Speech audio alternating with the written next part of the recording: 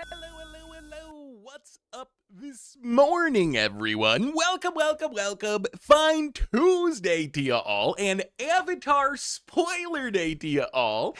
Good to see ya. What is up, Mano VHS, Mother Frogger, Luke, Jurgen, Lucid, Labrador, Galaxy? I saw a dog earlier. How is everyone doing today? I gotta say, my hype level for this Avatar set is actually increasing. So I actually watched some Avatar. I'm like, I want to say 7 or 8 episodes in now. It was 6. I watched a couple more. So overall, I know people love this show. People really love this show. Overall, my impression is someone who did not watch Avatar as a kid, so I don't have any nostalgia for it. My current impression being, I don't know, like halfway through the first season, I think. I'm not sure how many episodes are in the first season. I assume it's about halfway. My impression is, it seems fine. Like, I didn't mind it. It also wasn't like, I don't know, Breaking Bad or, The Wire or some show where it's like, oh my god, this is the greatest show I've ever watched. But it seems fine. It's been like pretty good. The one thing a lot of people have said, because I mentioned this on social media, and one thing a lot of people said is, you really gotta wait till season 2 or season 3. Like, season 1 is kind of like the kids show, and it's kind of slow in introducing the characters, but it gets really good once you get to season 2 or season 3. So I maybe haven't gotten to the best parts of the show yet, but the thing I'm most excited about, Dylan Owner for the 66th month. Welcome back to the Fishbowl. Thank you so much for your subscription. Big soup cheer for you. Thank you. The thing I'm really excited about, though, is not the show itself. The show itself is fine. I don't mind the show. But the thing I'm really excited about is, after watching some episodes of the show, my hype level for the Magic set went up a lot. Not because I'm like, oh my god, I can't wait for Avatar in Magic, but because I'm like, actually, this seems like it's gonna fit pretty well in Magic. Like, yeah, there's gonna be some random side characters doing random side character stuff, but my impression of the show was, it was people in kind of a fantastical place that were fighting with some form of magic. And I was like, okay, this actually seems like it would be a fine Magic plane. Like, it kind of actually fits in. So going from Spider-Man, that was just like so jarring and so New York City-ish and so modern, to Avatar, I'm actually like, okay, I think it's actually gonna feel like more of a traditional Magic set, but with like some iconic characters that people love. And I think those are the best kind. The best kind of universes beyond, right? Or where you get Final Fantasy or Lord of the Rings. And I'm actually like somewhat hopeful the Avatar, I don't think it's going to be on that level of like Final Fantasy, best-selling set of all time level, but I actually think it's like in that direction. So I'm actually like kind of getting more and more hyped for this set, and I'm pretty excited for spoilers today. I actually think the set's going to be really good. Christoph for the 30th month, welcome to the Fishbowl. Thank you so much for your subscription. Big soup for you. Thank you. Is there a favorite part of the show so far? So far, it's like, to me, it feels like it's mostly just been introducing the characters. Like, there's nothing that I really think of, like, is some epic moment. Is there something in the first, like, 6 or 7 episodes that is, like, an iconic Avatar? When I mentioned it on social media, a lot of people are like, oh my god, those are, like, considered to be the worst episodes from the entire show. So just give it a little more time and you'll get to the good stuff. We also got a couple of new spoilers already. They're already coming. Spoilers start at, yeah, it's mostly the world building stuff, which, I mean, it's fine. And I actually kind of think the world is interesting. And like, you have the 4 different, I don't know, tribes, groups, whatever, benders. But like, I think it's kind of an interesting world. So here's another deck I've been working on. Very janky build around cards. Ooh, let me see. Banned in format. So we got the classic banned everywhere deck. That's a funny idea. Only banned cards or mostly banned cards. I like it, Autism. I like it. Fucking Monkey Beats for the 22nd month. Welcome to the Fishbowl. Thank you so much for your subscription. Big subscription. Thank you. Wait, which one's Soka? Soka, hang on, let me see. I'm so bad with... Oh, Soka, I like Soka. He seems like he's learning, and he's kind of funny. I imagine, my impression of the show is there's probably going to be a lot of character development. It seems like it's going to be a show where you start off with the characters in one place, and they develop through the show and end up in a different place. So my initial impression is, he seems, as someone who had a lot of siblings growing up, the like sibling relationship stuff, I'm like, okay, this seems kind of realistic. Like I kind of know, I kind of know how that goes. But I imagine that where he is now with what I've seen is he's going to be way different in a couple of seasons. So I think I will probably slowly keep watching, at least until I get to the second season, because that's where everyone says in the second season, it really starts to pick up. So I'm going to keep giving it a go and see where it goes.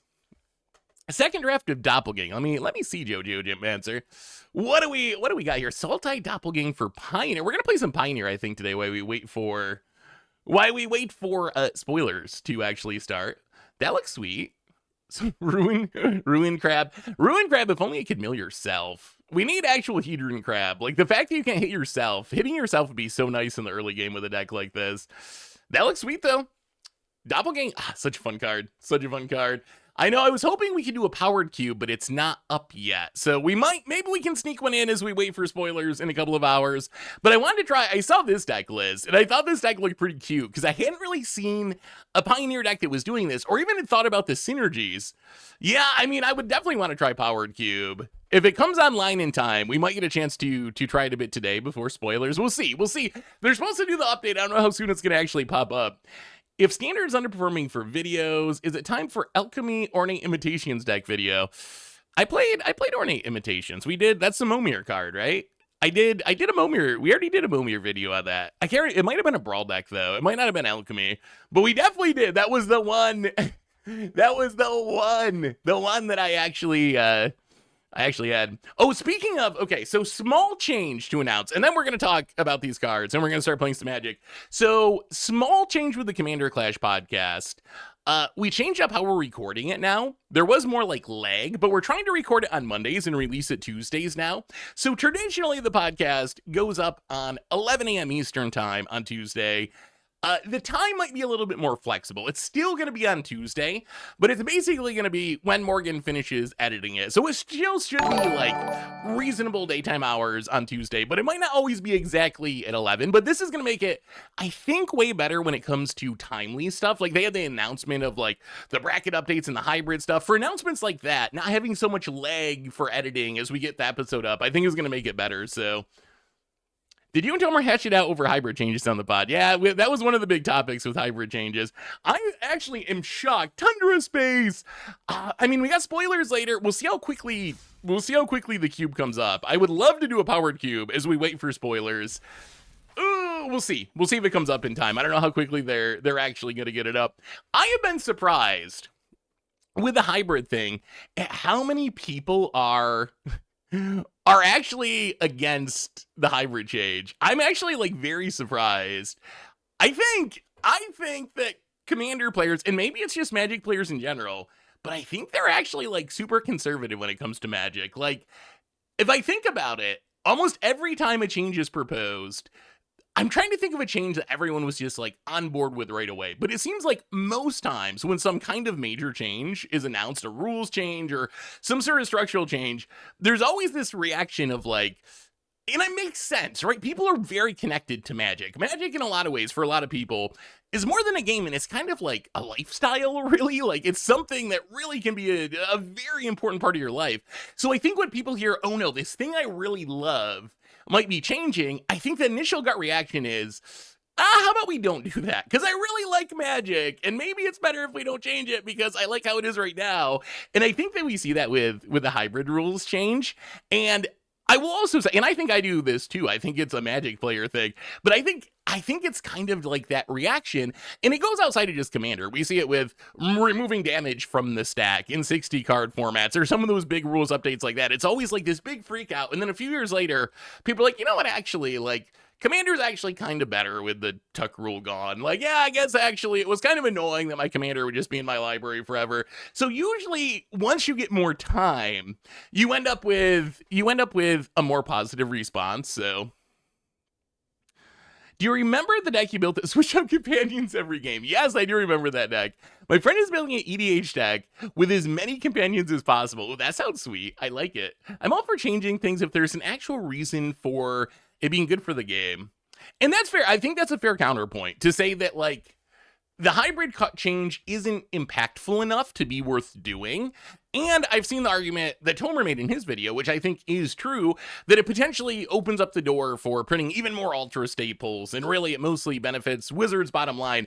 I personally think that allowing more cards to be playable is a positive impact in and of itself. So just philosophically, I would rather see more cards be playable in more decks rather than less cards be playable in more decks. So I think just philosophically, I'm for the change for that purpose. But yeah, I also am fully convinced that they're just doing it anyway. I really think it is a Tomer poll. It is the Tomer is kind of infamous for, like, he used to do these videos. I can't remember. Was it Budget Commander videos? Some video series where he would be like, what deck should I build next? And put up like 4 options. And then people would vote for one option. And Tomer would be like, you know what? I actually don't want to do that one. I'm just going to do that one instead. So I do think it's very likely that these changes are going to go through. It's hard for me to imagine them not going through. I'd rather cards just be gold border multicolor than hybrid. Interesting. Strongly disagree about the hybrid stuff, Doug. The Avatar stream starts at 1 Eastern, so we got an hour and 45 minutes. We do have a couple of spoilers, though, but let's do our reminders real quick. Rebel YouTube, that's where you find all the old streams, including those from the future. Normal YouTube. Yesterday, we played some Legacy for the first time in a minute, and, of course, gonna have spoiler coverage for Avatar all week, other gameplay videos.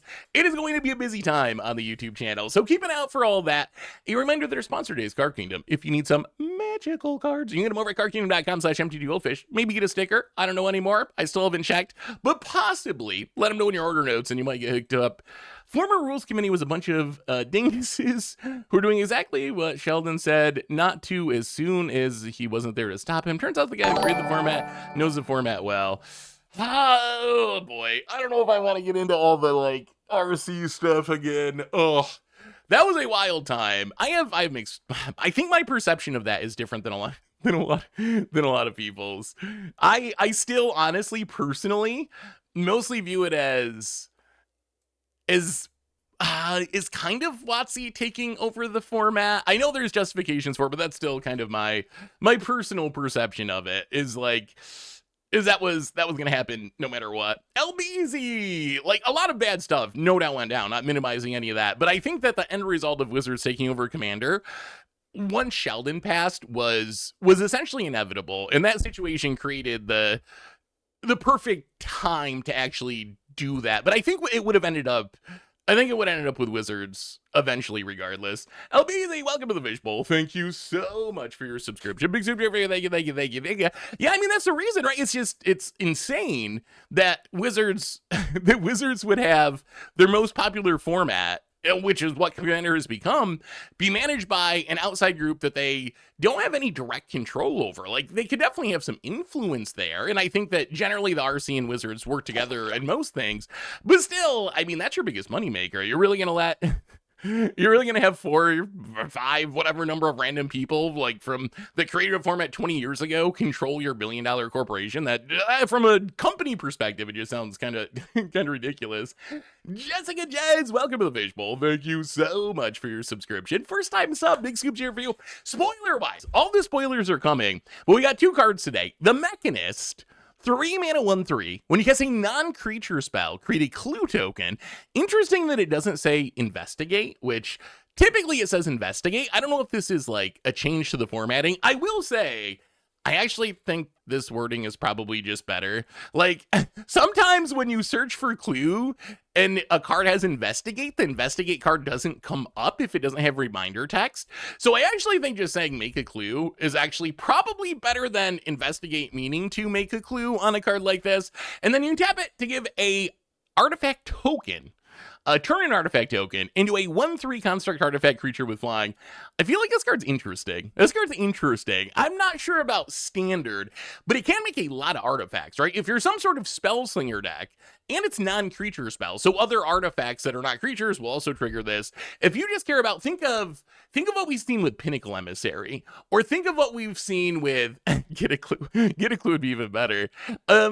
think what we've seen with Pinnacle Emissary or weapons manufacturing, like just the ability to be a relatively cheap card that says whenever you do something, make an artifact token. That's a very powerful effect in decks that care about artifacts. We also got Tylee Chai Blocker. Tylee, this is going to be a really good limited card, I think. Unfortunately, spoiler stream starts at 1 Eastern time, 1 hour and 45 minutes from now, assuming that time is right, which about 50% of the time, about 50% of, I can add that to the, you know what, I will add that to watching Avatar spoilers at 1 p.m. Eastern time. All right.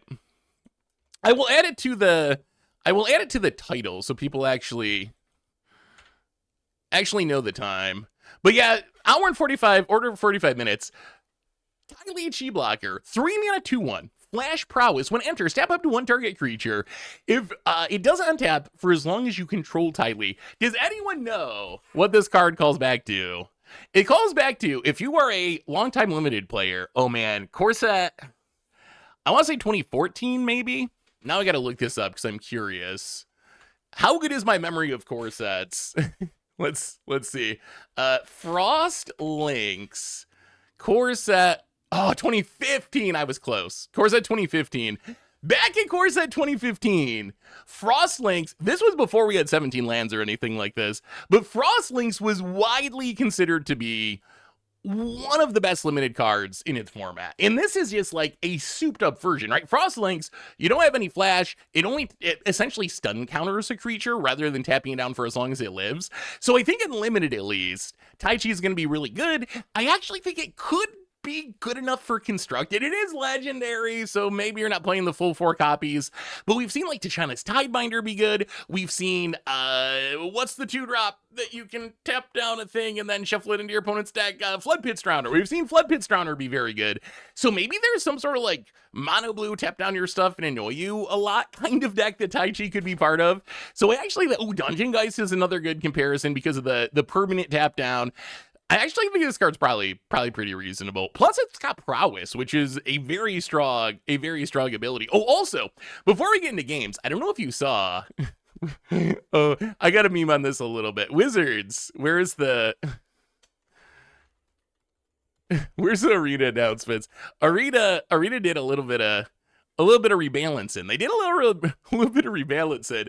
I'm curious what you all think of these rebalances, especially they rebalanced an iconic card that's about to get banned in standard in 12 days, something like that, 13 days maybe. But they rebalanced Vivi. If you are an Alchemy player, I know Mobilize was super OP. They debuffed Waystone's Guidance. They nerfed Mardu Thunderkite. Thank goodness this card. I don't know how they printed this card with the actual text on it. Swiftspear's Teachings. I honestly think this is the best red cantrip that's ever been made. I'm glad they powered this down because this is when I lose to an historic, and every time someone casts it, I'm like, this card is just. It is not okay. You should not have a 1-mana card that gives your next creature prowess and haste and draws you a card. Like, it is just so over the top.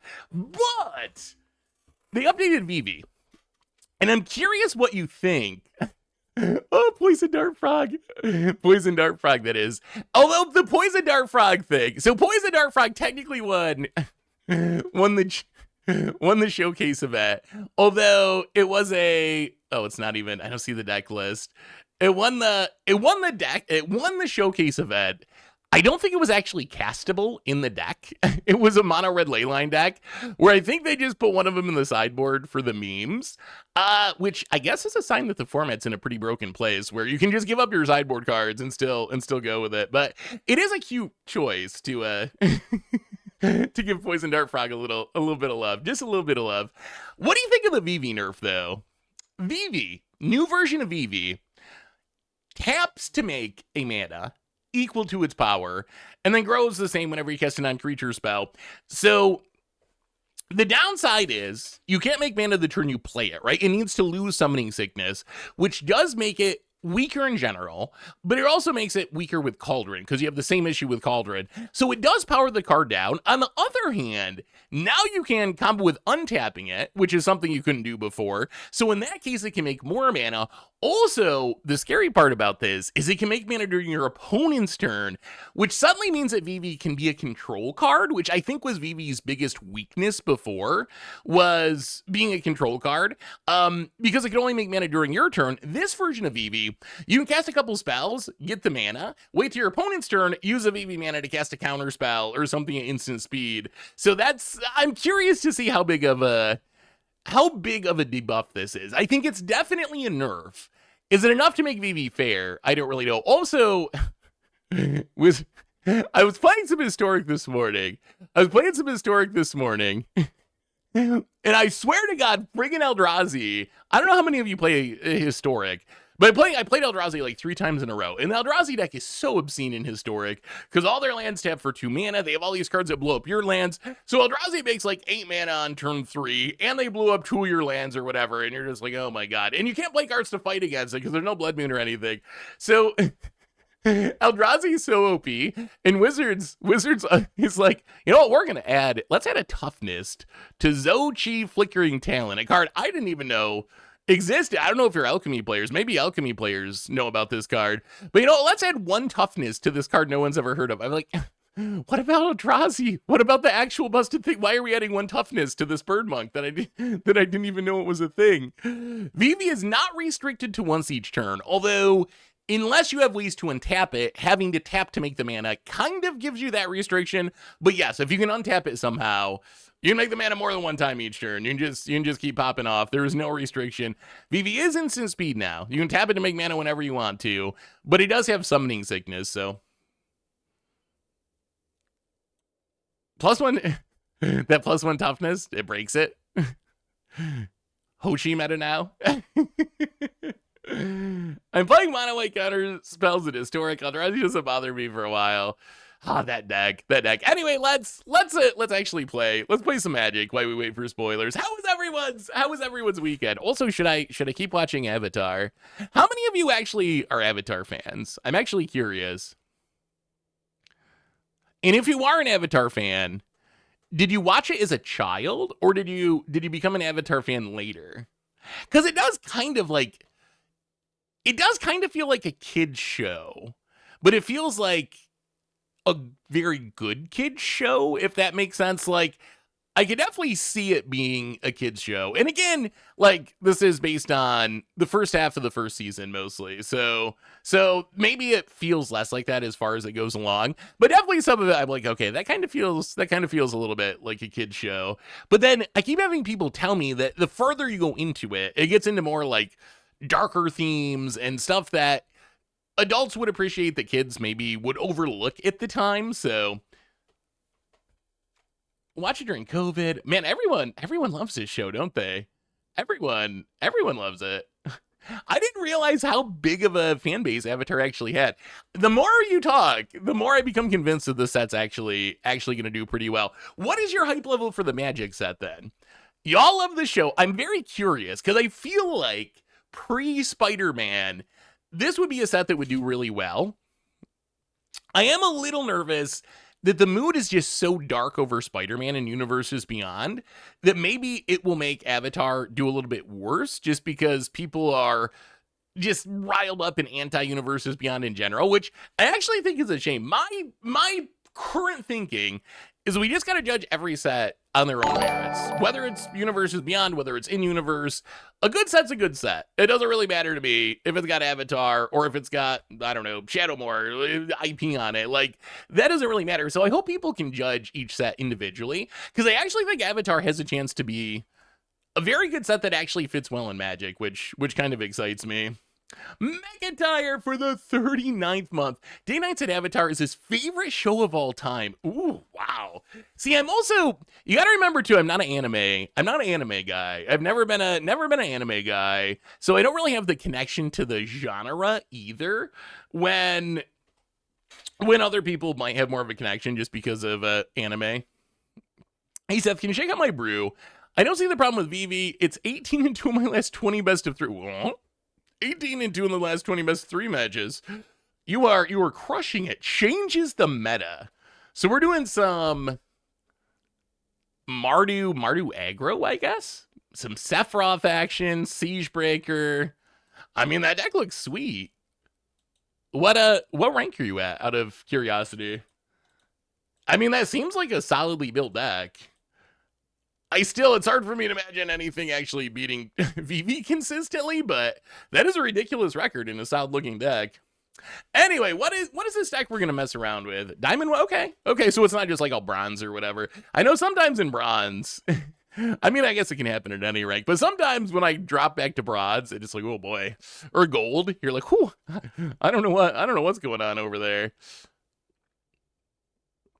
I didn't like Avatar as a kid, as it competed with Toonami at the time. Has stuff occasionally for adults, doesn't compete with Dragon Ball Z. You know what? Speaking of old animated shows that I never watched for some reason, that I finally watched, I recently watched Venture Bros, and it's actually pretty good. It was actually pretty good. I actually enjoyed it. For some reason, I've watched so many Adult Swim shows, and that's one that I just never watched. But I stumbled across it on Netflix, and I was like, you know what? Let me try restart. I'm gonna restart Arena real quick and just see if Cube Draft pops up. If it does not pop up, then we will jump into some Pioneer as we wait for spoilers.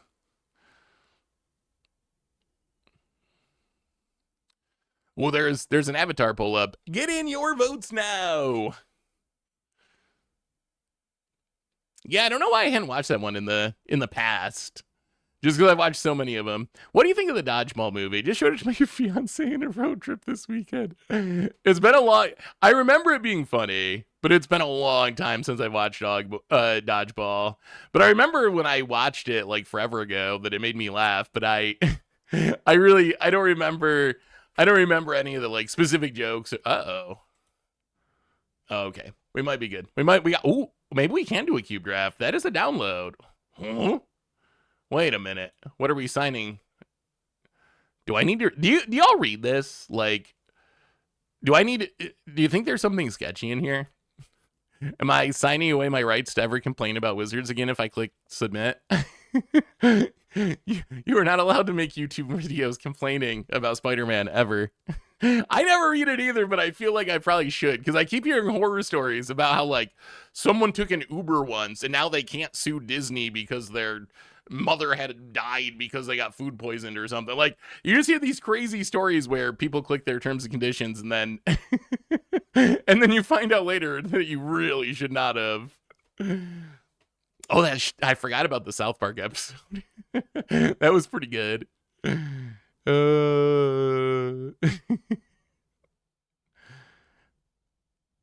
Yeah, I did see the Human Centipede.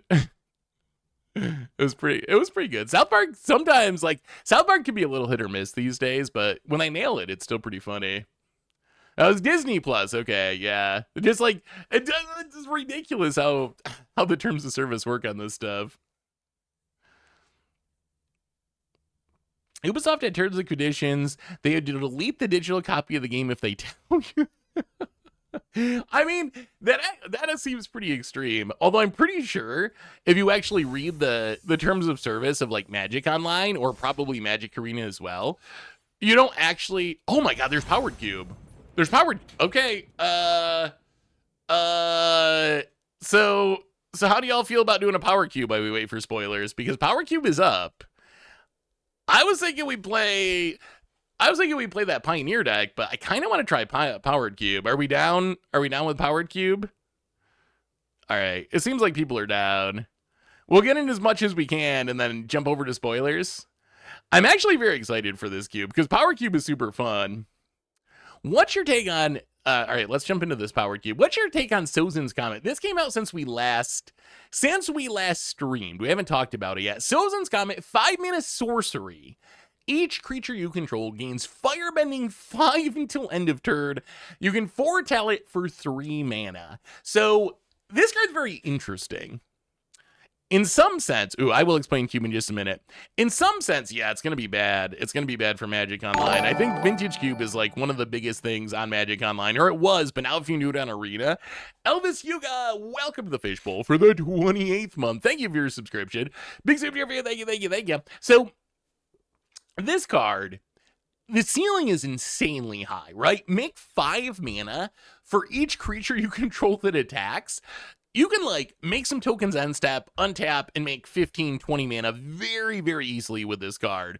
So the ceiling is really high. The floor is do nothing low. After a Wrath or something, this card does absolutely nothing, which makes me think if this card is going to see play, it's probably going to be in some sort of combo deck. The other challenge of this card is you need to have a way to use the mana during combat at instant speed. So you're gonna need activated abilities, you're gonna need big instants. So I think the card has potential to be really insanely broken if someone can find the right deck to make it work. I don't think you can play this card fairly. If there's a firebending deck or whatever, I don't think people just play Sozin's Comet fairly and are just like, yeah, maybe I make a little mana. It's gonna have to very specifically be some sort of combo deck, some sort of combo deck, really, I think. But in that deck, I think it could be absolutely busted. Works well with Exhaust. Yeah, once you get back to Commander, you have Commanders that have activated abilities. Aggravated Assault, as Dog said's a good one. Hey, Doug! How have you been for the 83rd month? Dane Wildfire, welcome back to the Fishbowl. Thank you for your subscription. Big Soup Trivia, thank you. But you gotta be able to cast the Exsanguinate at instant speed, because the mana it makes only lasts until end of combat, which is kind of the challenge. All right, let's Powered Cube. Let's do it. Here we go. First ever Powered Cube. I really want a booster tutor. Just because it seems fun. No, don't set it as default. Huh? What? Unable to start draft. Please try again later. That's disappointing. No. Oh. Okay, I'm gonna try restarting again. Maybe we have to play Pioneer after all. We were so close. So Powered Cube, for people that ask, if you don't know what Cube is, in my opinion, the most fun draft format, which is a Cube is essentially a fan-made or not Wizards-made draft format where you can take whatever cards you want from the history of Magic and put them together and essentially make your own draft format.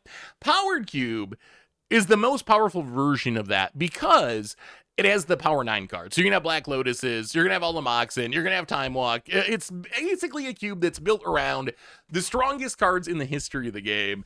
And it is so much fun. It is so much fun. All right, let's try one more time, and then we're going to have to try. Oh, wait. Maybe?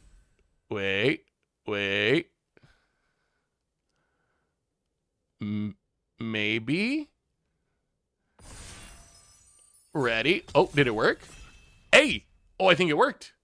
I think it actually worked.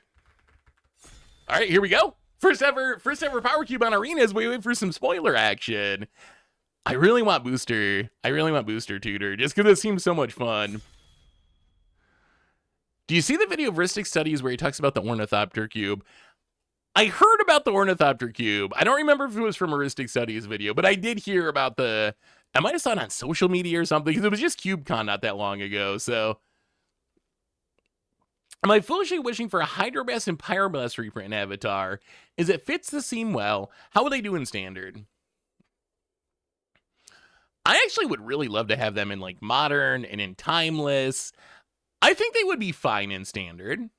I think, honestly, they punish... Oh, it still isn't working, is it? Oh, I don't know if this is going to work or not. Okay, let's try again. Come on, click.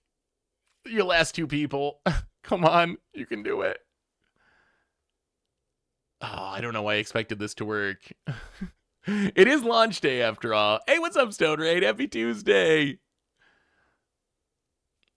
If you don't hit ready, does it boot you? And you have to start it all over?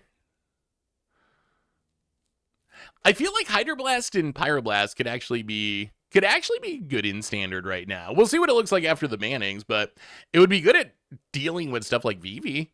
They both hit Vivi, so I guess that part would be sweet.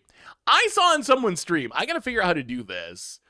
Maybe one of you know. I think it was Doomwake stream. I saw like a random video, and they had like a match prediction thing that had percentages, and you could like use your channel points. Oh, it's not gonna work, is it?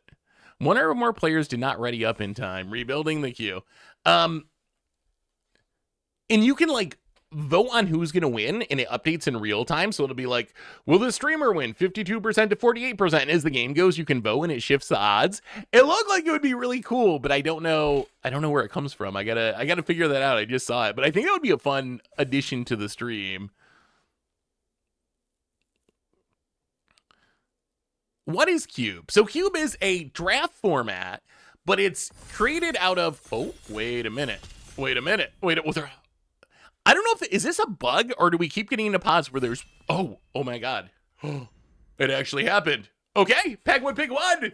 Powered Cube. It's a draft, oh my God, that's a workshop. It's a draft format built out of the strongest cards of all time, essentially. So what do we get in our first pick? So Mishra's Workshop is not power, but it is very, very strong. Persist is a fine reanimation spell. Not as good as Reanimate, but it's still, excluding Legends is a little painful. Flooded Strand's always fine. I don't know. The rest of the stuff's kind of just mid as far as being a first pick, I think. I kind of think you take the Workshop. Like, things that tap for 3 mana are really, really busted. So I think we take Workshop, pack one, pick one, and then since it's pack one, pick one, we can focus on grabbing artifacts from here on out and maybe end up with kind of a funny deck. Yeah, I mean, Giver of Runes is fine. Bone Crusher is fine in mono red. Like, there's a lot of stuff here. Like, it's Powered Cube, so everything's going to be, pretty good. There's a lot of stuff here that I could see playing in a deck. What do we think comes back? We're going to get back, like, probably this thing. Maybe Fabled Passage. Bone Shards, maybe. Yeah, there's not much going to come back, but we're taking the shops. We're taking the workshops. Should also say, oh my God. Oh, this pack.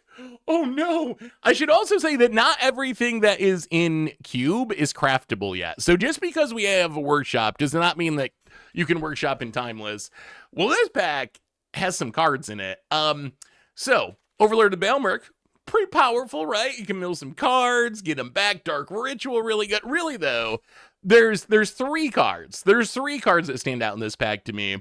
Card number 1, the ever underrated Library of Alexandria, which is a very, very strong card.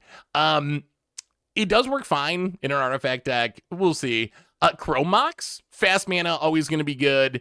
Very, very strong. Not the best Mox because we have real power 9. Frantic Search, I guess, would be fine with Workshop. It is hard for me to see not taking Tinker, though. For my money, Tinker is one of the most broken cards that has ever been made. 3 mana, sack an artifact, tutor an artifact to the battlefield. As much as I'm a library believer, with the first pick being Mishra's Workshop, I think we have to take Tinker here. This also does a job of sending the message to the person next to us that don't take artifact stuff. So I think it's better signaling. Oh, it's a show and tell. Oh God, maybe we just go all in on the brokenness. Okay, so Jace the Fox Sculptor, better than all, but there's also a show and tell, which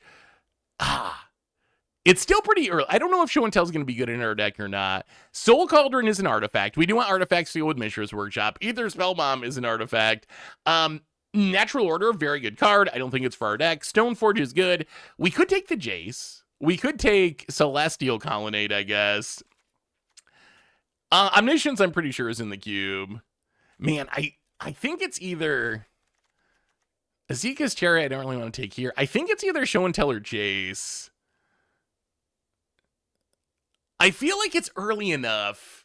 That we take the Show and Tell. Stoneforge isn't bad. It's not bad. I think we take the Show and Tell, though, and see where we end up. We might... okay. So one thing that our deck wants is good artifacts. We need artifacts that we can sack to Tinker. We need artifacts that we can cast with Mishra's Workshop. This pack is actually very, very interesting. So out of this pack, Retrofitter Foundry is okay. Zorn Orb can be very good if you get like Fast Bond as a combo piece. Talisman is fine. We will take pretty much any mana rocks in our deck.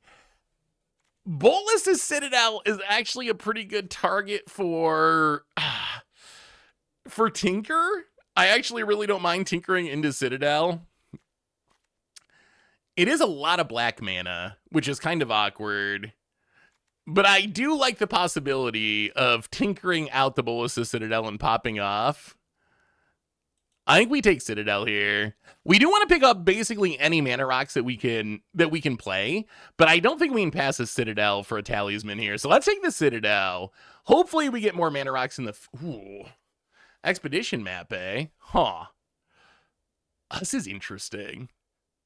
This is actually kind of interesting. So we're looking for artifacts, stuff that works with our deck. Corey Steelcutter is an artifact. The colors are awkward. Wishclaw's kind of fine. If we want to get our like Tinker, we can like Wishclaw to get the Tinker, the show and tell. The only other artifact is Expedition map, which I guess can find our workshop, but I don't think we want to spend 3 mana to get a workshop, really. We could take one of the dual lands. Talisman. Talisman. Is it not a talisman? We could take one of the dual lands. They're not perfect for our colors, though. I kind of think we did just take the Wishclaw. Yeah, let's take the Wishclaw. It works with our colors, works with the artifact plan. Well, I mean, how good is... What is this thing? When a creature enters, discard your hand, investigate 4 times. As long as you have 1 or fewer cards in hand, it's a 5/5 menace for 3. I don't think I've ever seen this card before. Oh, it's from the clue set. I see. Well, Xander's Lounge would be okay. I actually kind of think Triplicate Titan might be worth it. Like, this seems like a good Tinker target, right? So it's a 9 mana 9/9 Flying Vigilance Trample. When it dies, you create 3 3/3s. That's probably good enough. Man, I really want an Academy now. Third Path Iconoclast does make artifact tokens. So does Saheeli. But I think we just take Triplicate Titan as another... I mean, it also is like kind of a worthwhile show and tell target. I can see show and telling a Triplicate Titan. It's also not like... It's not the most game ending, but... This pack... Ugh. This pack's got kind of nothing for us. I don't think we're a Sword of Fire and Ice deck. Crabomination is sweet. Oh, it emerges from an artifact. Oh! Okay, that's actually kind of hilarious. All right, maybe we just take Crabomination. That actually does... that actually does seem fun. We'll probably have artifacts to sack. Magic Airy, welcome to the Fishbowl. Yeah, let's take the crab. Let's take the crab. Welcome to the Fishbowl. Thank you for your subscription. Big Soup Jeffrey, thank you. Ugh. Urtai? I mean, Urtai is interaction. We can take Mana Confluence. Glimmer Lens. 4 Mirrodin. When a creature attacks with at least 1 other creature, draw a card. Probably not for us. I think it's got to be Urtai or Mana Confluence. It is good to have some interaction in our deck, but I don't think Urtai is exactly what we want. I think we just go Mana Confluence. It's good to get some fixing going early. Here's our original pack, which... yeah, kind of sucks. I think it's either Fabled Passage or Fairy Mastermind. I don't think we can really profs. Urza's Saga I don't believe is craftable. I think it's either Mastermind or Fabled Passage. Fabled Passage is not very good. If it was a real fetch, I'd be hyped for it. But it still is fixing. Yeah, Mastermind. Yeah, let's take the land. Mastermind doesn't really do anything with our... Jeez, that's a Dark Ritual. Also a Dig Through Time. Also a Dark Depths, I guess. We could be a Dark Depths deck. Yeah, we're doing some cubing as we wait for spoilers.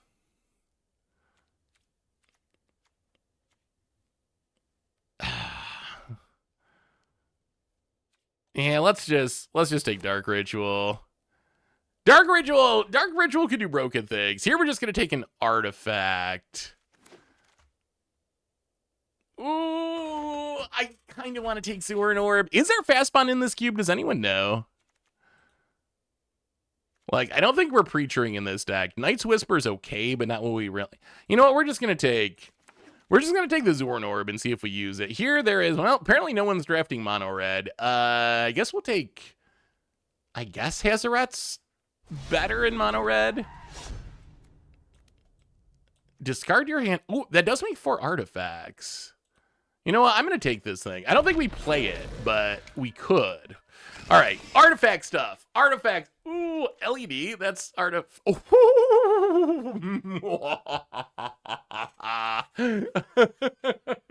I've never seen this Mind Twist art before. You know, something that I like doing is making a lot of mana and then Mind Twisting opponents. There is a Golos, which is also kind of obscene in an artifact deck. No power. LED. Can we do anything with LED? We cannot currently do anything with LED. Reanimate's also busted, although we're not really a Reanimate deck. Doffy's fine. I think it's really Mind Twist or Golos. Those are the... Thirst for Discovery would also be fine. I think it's Mind Twist or Golos. Reanimate's also really good. I would rank that just behind the other two. Oh, man. Oh, I'm so torn. Yeah, I think... as much as I love Mind Twist, because we have Workshop, I think Golos is better. If we didn't have Workshop, I would definitely be taking Mind Twist. But because we have Workshop, I think it's worth taking the Golos. Well, Mox Diamond is fine. Tendrils for the Storm player. I can't imagine getting Mind Twist back. I gotta think that players know that Mind Twist is broken. Yeah, I mean, our deck actually wants many rocks. We have this Tinker. We probably just have to take this Mox Diamond. Because we want to be able to set up the possibility for a turn 1 Tinker. I think we just take the Mox Diamond. Like, Tundra's okay. Man, I really want them to just add, like, Legacy and Vintage to... Just add all the cards, Wizards. If you can add all this for the cube, just add all the cards. Let us play any format. We're not really a Jitte deck. We're not going to have the early creatures. Copter, I don't know if we're going to have enough Crewers. Yeah, let's just take Mox. We do want the fast manas. Oh, Entomb. Oh, we could have had Entomb Reanimate. I mean, we're already down the artifact path, but someone could have a pretty busted, like, we're passing the most busted reanimation stuff as we speak. Ulamog's good. It's not an artifact, though. Unlicensors, we're playing best in one, so we're not going to be, I don't think, Hersing. I actually like Thieving Skydiver quite a bit. It's not an artifact, but it can steal opponents' artifacts. In a lot of decks, there's so many rocks in this format. I guess we can show and tell the Ulamog. Dressdown can do some stuff. I don't really want to take it here, though. Deathrite, we really want our mana production to be artifact-based, I think, in this deck. You know what? Let's take the Ulamog. It does work with show and tell. I'm still not sure Ooh, there's Urza Saga. I mean, Urza Saga is very good. I'd rather have Clarion Academy, but Urza Saga is very good in a deck full of artifacts. We even have a Mox and a Spellbomb we can get so far. Broadside's very good. I don't know if we want to go into red, though. I kind of think we just take Saga. Otherwise, like, Creeping Tar Pit is fixing, and I actually don't mind it. Gloomlake Verge is also fixing. Dark Confidant, probably a little risky. Fleam. We can splash a Fleam. I don't think we're a Fleam deck. I think Urza Saga's the safest pick here. That's a fast bond. Okay. I mean, there's got to be Crucible in the cube. So we take Fast Bond. We have the Zoran Orb. We passed an Ice Till earlier that could come back. Interesting. Like, Wasteland's good. I would definitely play the Mana Rock. The question is, do we take the safe Mana Rock or the safe Lightning Greaves to go with a Show and Tell plan? Or do we Fast Bond on the upside? I think we gotta let it go. We'll see. Maybe it comes back. Maybe it comes back around. Ooh, Endstone's kind of insane. And we have the Workshop to get it going. Whenever you do anything, draw a card is a really, really strong ability.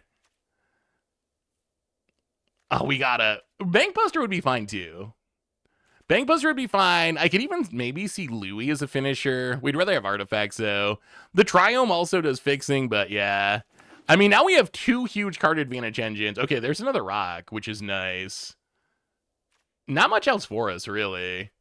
Random green cards, some mana fixing, Faithless Looting for... there is a ridiculous Reanimator deck being passed around the table. A ridiculous... wow, okay. I mean, it looks like the Mana Rock plan is open. Candelabra, probably worse than just Talisman. Titania with the Wasteland and the Zorin Orb. Synchronous Tuber is also good, but I think we just take... I think we just keep taking Mana Rocks. Atoir is good. I don't think Candelabra is actually... You need to be, like, a very specific deck to make Candelabra work. And I don't think we're exactly that deck. Huh. I could see taking Das Boots. Das Boots to go with the big stuff we want to show and tell. I don't think we can LED. Pyrite Spellbomb's okay. Yeah, let's take the boots. And we can get it with Urza Saga, which is nice. Hey, well, welcome to the stream final. Good to see you. I mean, I guess we can take this Tendrils. I don't think we're playing the Tendrils, but I'm not really sure we're splashing green. Yeah, we'll take it. I don't think it's probably going to be in the sideboard. Ooh, well, a lot of the cards we were thinking of came back. Is there any way we're actually putting in Licensed Hearse in our main deck? That's the question. I'm just gonna take Skydiver. If we lose to the Reanimator deck, we lose to the Reanimator deck. Spells you cast from your graveyard. Each non-land, yeah, we don't have a way to take advantage of that, right? I guess we take Barrogoyf just since it's in our colors. This is a best of 1 draft. Got all my work done. No morning, no classes. Hey, welcome, Trader Blue. Congrats on getting all your stuff done. Hey, what's up, Ruben? Welcome. Thank you. I think Flame could be good. I just don't think we've built in a way for it. I actually think Seed Shark could be fine. It does make artifacts. All right. Power. Meh. All right. Ooh. Oh, no. Well, we got to make a choice. We're in pack 3. Vampire Tutor is very good. First pickable for sure. We're not going to take it, though. We have a literal piece of power in Mox Sapphire, which is not only power, but it's on color power. There's also Emrakul, which is literally the best thing that you can show and tell into play. So I think the question is, how committed are we to this show and tell plan? Like, if we're going to show and tell, Emrakul's insane. I think we can't pass the power though, right? We can't. We gotta, man. I wish Emrakul was in the next pack. That would have made our life so much. Wow. Okay. Well. More power, I guess. I guess we just keep taking some power. Man, the Moxen actually look pretty nice on Arena. Like, they look like real Moxen. What else is in this pack? Trinket Mage would be fine. Daze would be fine. We have basically no interaction. I like Recurring Nightmare. I think it's too late for it this draft. Talisman, we would play, but if we're taking that, we might as well take the Mox. I mean, we're taking the Mox. No doubt. Well, our odds of doing turn 1... Ooh, Time Spiral. Our odds of turn 1 Tinkering keep going up. There's also a counter spell. Rafine's Tower is okay. Our mana should be fine. Quantum Riddler is also just really good. It is... Oh, someone can have Wasteland Ren in 6. The fetch land would be okay, but we don't really have anything to fetch. We do have a lot of mana. Like, dumping our hand in Time Spiraling does seem kind of realistic. I guess we could also dump our hand in Quantum Riddler. Having a counter would be nice. Man, I think we actually take Riddler. I think Riddler does most of what we would have done with the wheel, but it's also going to be Better if we're not wheeling. What is this? Okay, I don't know why this isn't Power Cube, but sure. Savannah Lions that can endure 1. Teferi's good. Displacer can, I mean, I guess we take Multiversal Passage, another mana rock. We don't really have white mana, technically. Displacer Kitten's fine, but it doesn't really do anything with our deck. I think we just take another mana rock. I think we just keep taking mana rock. Oh, and 1 by. We were just looking. Does it actually say that? We didn't read it, but we were talking about how Coveted Jewel's funny. We were talking about we could even tinker into Coveted Jewel. Kaba Cannoneer is also a good finisher, but Coveted Jewel draws cards. Avatar Stream, according to Wizards, doesn't start until 1, they said. Yeah, now the kitten would be sweet. Maybe we get the kitten on the wheel. You know, I'm gonna take Coveted Jewel. I'm gonna take Coveted Jewel for better. Oh. Okay, these are very good cards for us. Phyrexian Metamorph's great. Dak Faden's great. Portal to Phyrexia is great. Baleful Strix is great. Which of these cards is the greatest? You want the Portal over Metamorph? I guess, yeah, being able to Tinkler Portal is probably pretty good. Plus, we can just ramp into it. I like the Metamorph, too, but... Whoa! Goodness. Well, I think we're the only one in our archetype. Grim Monolith, one of the most insaniest mana rocks. Sundering Titan. Another very good Tinker target. And also a fine Show and Tell target. We have so many mana rocks already. I think we're just going to take Sundering Titan here. As much as I like Grim Monolith. Toxic Deluge for aggro. Soul Guide Lantern I could actually get behind playing in the main deck. Mindstone and Weakstone's also pretty good. Removal that can draw us cards and ramps us into our big artifact stuff. Yeah, Mindstone and Weakstone can be a removal spell. Oh! No way! The Emrakul came I thought there was like very close to a 0% chance the Emrakul would come all the way around. The Emrakul came all the way back around. Well, I guess we're gonna keep the show and tell then. Another mana rock. Do we want the Trinket Mage? Trinket Mage gets Mox or a bounce spell. Yeah, I cannot believe Emrakul wheeled. I think we just take Talisman.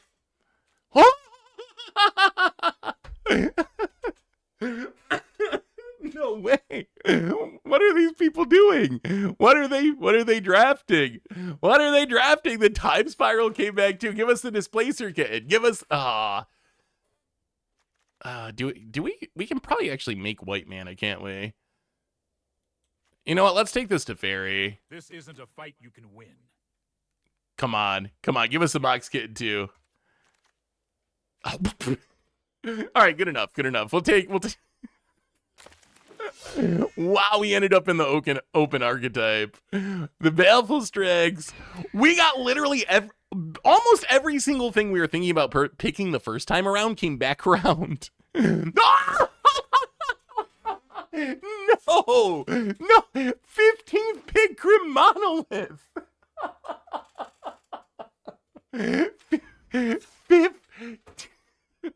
There is no world that exists where Grim Monolith should be the last card in a cube draft pack. I have first picked Grim Monoliths many times. Like, this is against actual opponents. Maybe opponents who have never drafted Power Cube before, I guess, but this was with actual opponents.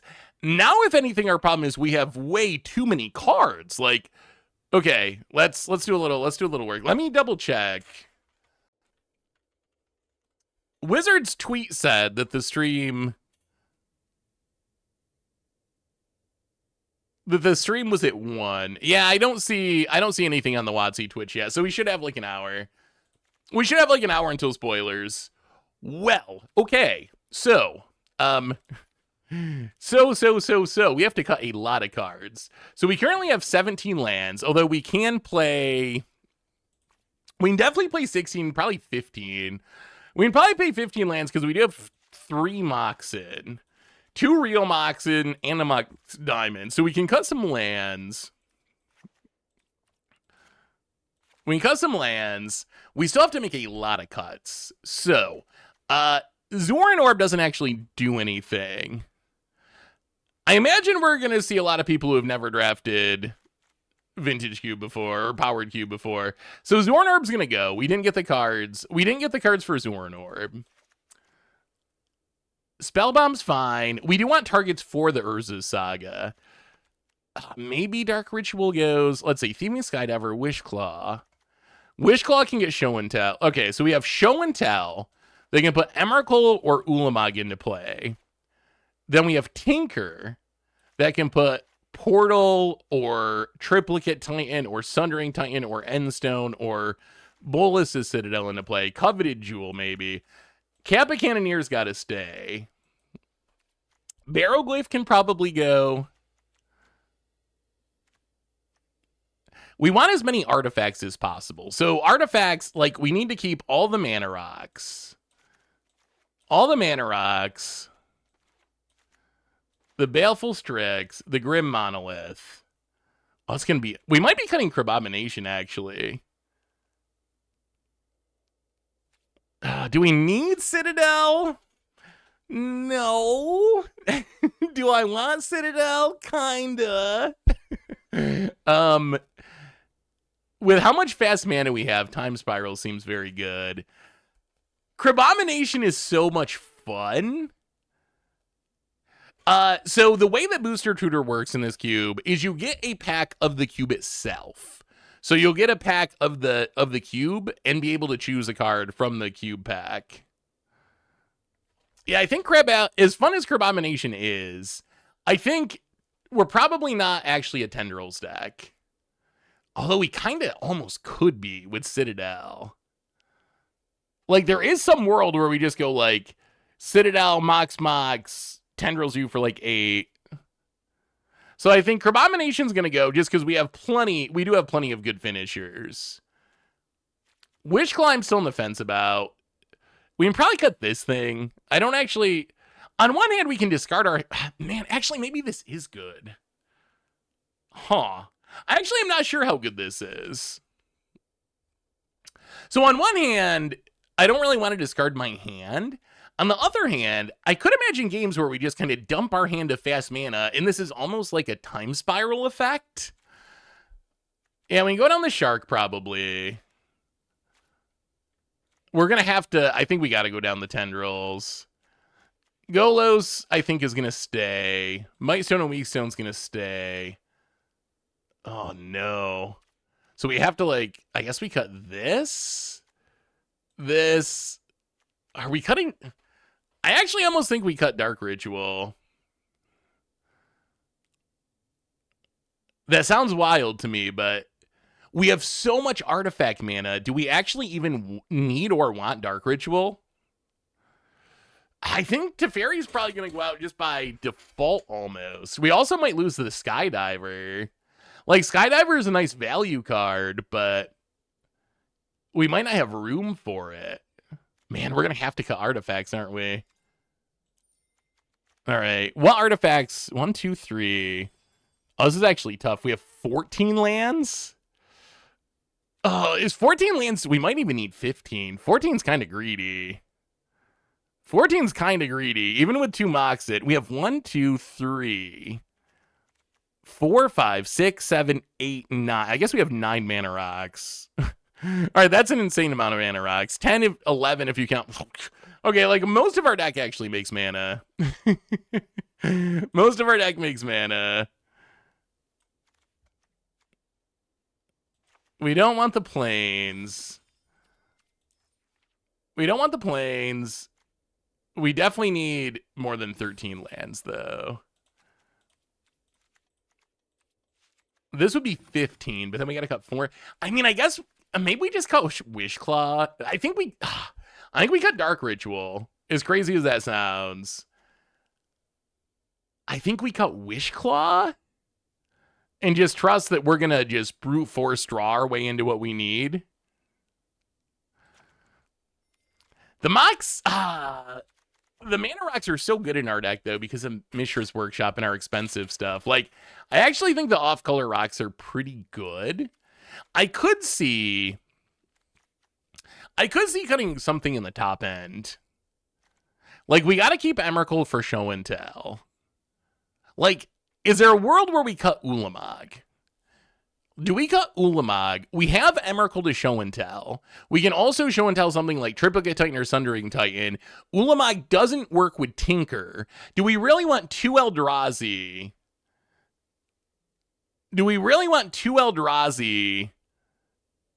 Even though they don't work with Tinker and they're not artifacts? I almost think we just go with 1, because we have enough other stuff that we don't mind show and telling into play. So I think we can cut the Ulamog. And then I think my question is, I think it's one of these two. My question is, Bolas to Citadel or Coveted Jewel? Oh, we're leaving Big Mama Emrakul. We got the show. There was nothing better to show and tell than Emrakul, so we're definitely keeping that.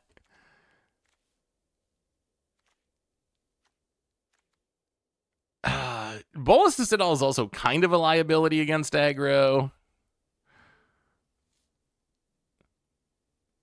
Actually, I think Bolas to Citadel. So when we took Bolas to Citadel, like very early pack 1, we didn't have Endstone. I feel like if we want to tinker into card draw, with how expensive our deck is, we're probably going to just tinker into Endstone anyway. Which I think is a reason to cut Citadel. Plus, it's got a lot of black pips. Okay, that's 40 cards. I wish they had a sort by... Is there really no way to make Arena sort by mana value again? That's just impossible. We don't have the technology. All right, I think that's it. I think that's it. So we have 20 artifacts, 7 creatures, 15 lands, which is fine. I mean, barring... Hey, what's up, Daniel? How are you? All right, let's do it. Let's do it. Other than not hitting a Tolarian Academy... I guess I didn't look at the... Let's see. 1 black mana symbol. Oh. Oh, without the Bolas to Citadel, man. We could almost be mono. If we cut Baleful Strikes, we could just straight up be mono blue. That actually, man, think of the consistency. Wait. Hey, what's up, Zion boy? How are you? Wait, do we actually just cut the Strix and go mono blue? We could just replace the Strix with like Thieving Skydiver, Seed Shark, Ulamog. I'm actually tempted. Yeah, if that's the only card. Think of the consistency. And then we can also get rid of some of these jank lands. Like, we won't need Mana Confluence or Fabled Passage. I actually think I like that. I actually think that's going to be better. I didn't realize how close we were to being mono blue. All right, so go mono blue, max consistency, and then we need one more.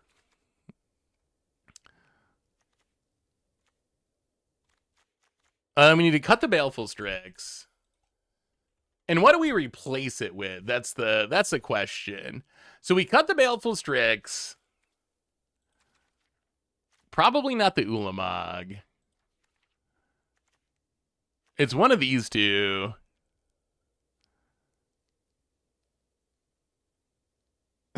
Stick in the Hazoret the pervert for the win. No one's gonna suspect Hazoret.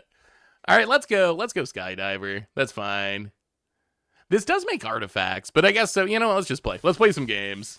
I like Skydiver more too, I think. Well, all right, chat. What would you grade this deck? 1 to 10 scale. I actually think this deck, I don't know how our record will go. Vintage Cube or Powered Cube can be very swingy, but I feel like our draft went really well. Especially that last pack. We got back so many of the cards that all right, I mean, we got us a Tinker. Sure. I mean, I wish we had a Mox, but all right, opponent. Let's see, Waffles, if you know how unfair Vintage Cube can be. Opponent, Shadowy Backstreet. Gonna do a little surveilling. Please don't mill a reanimation target. Hey, what is the spoiler for Spy and Pauper? And Mishra's Bobble, sure. And opponent gonna do a little Kraken. If we draw a Mox here, Time Spiral. Well, land to go. All right. That's fine. That's fine. Opponent Island Ed. All right, Pentad Prism, getting that fast mana going. Well, we'll play a land. And how about a Tailspin of Progress? Go. Opponent untaps. And Thespian Stage. Oh, they might be a Dark Depths deck. Teferi, Hero of Dominaria. Well, that is an issue. That is an issue. We don't have a way to kill that.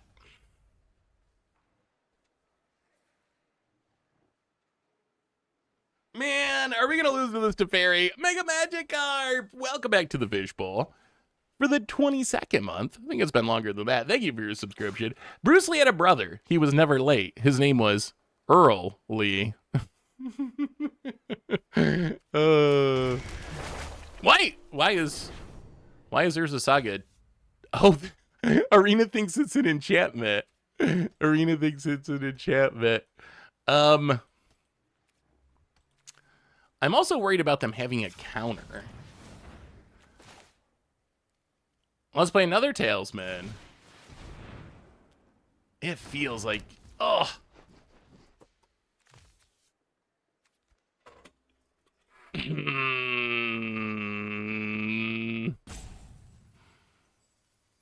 Do we just try to tinker anyways?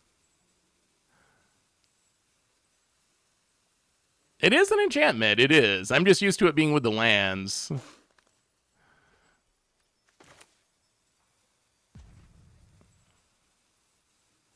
Yeah, I think they have no more lies.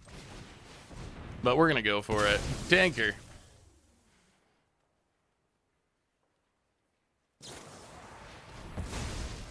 Yep. Well, called it. Found it. Drawing with Teferi. Yeah, this is... I mean, we might just be dead. We might actually just be straight up dead here. Like, if this Teferi ultimates, we lose. And our opponent's drawing extra cards each turn. Him to Turok. Gonna make us discard some cards. Gonna untap their lands because of Teferi. No. Yeah. Play the land and pass the turn, but I am not feeling good about this at all. I'm feeling like we are very likely dead. Opponent. Failure. Oh, man. I don't even think our opponent's deck is especially good. I think they just had a really good draw to get the Teferi down. I mean, turn 3 Teferi is very good. Hey, morning, so Guawa, how are you? all right. Well, opponent found the merit. What a draw for our opponent. I mean, I guess that's the power of the super fast Teferi. Opponent, combat, opponent. Passing. I mean, this is super duper game. Well, I mean, we can make a Urza Saga construct. All right, maybe our opponent's deck's not bad. Well, float a man, I guess. Yeah, it's too late. I'm pretty excited for the Avatar spoilers too. So we can get an Ether Spellbomb. We can't cast any of our big stuff.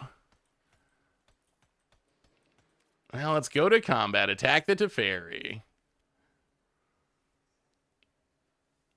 The Ether Spellbomb does get around the Merit Lage, but... Attack the Teferi. So opponent's like Esper Control, I guess? Dismember. Yeah. Yep. I mean... Best of One is just such a swingy format. Like, That is the upside and the downside of best of one. Like, eh. And none of that beats the Merit Lage though. Like, they can make a 20/20 at any time. So none of that actually beats the Merit Lage. So just making another creature doesn't actually work.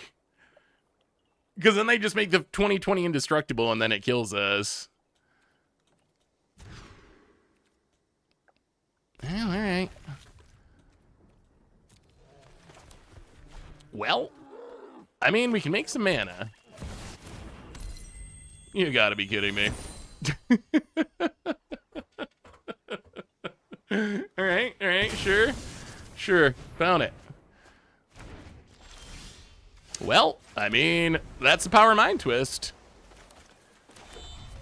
Found it, gonna play a Bleachbone Verge. Well, pass the turn.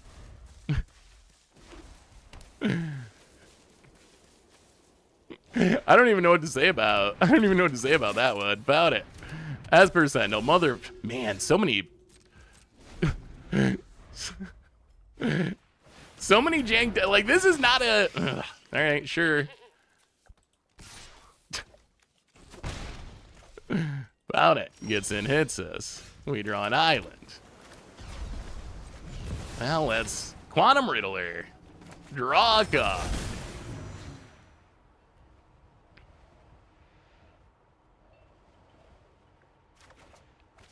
It's a Talesman. All right, well, I mean, pass the turn.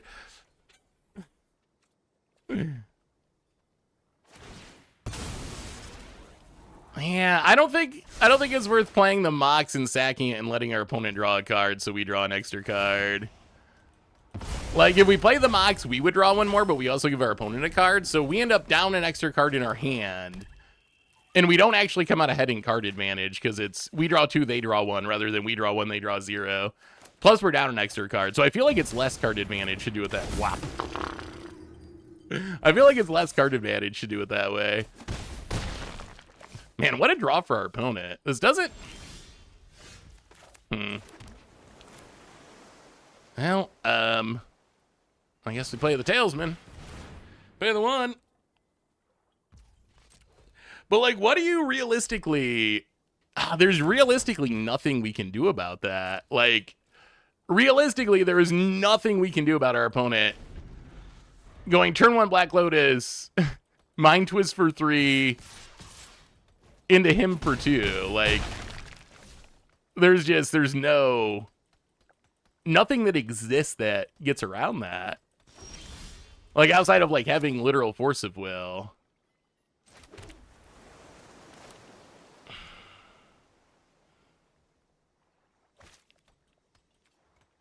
I don't think any of this actually matters. So we can play the Mox and let them draw a card to draw 2 cards. They have Mother of Runes. Yeah, I mean, I guess we just play the Riddler again.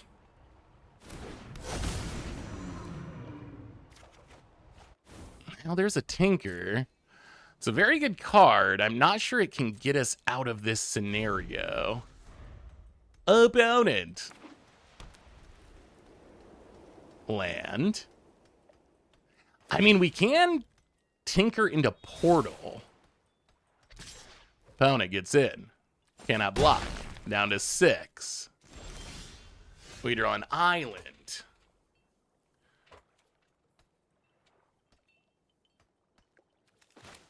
Well, let's play the Mox.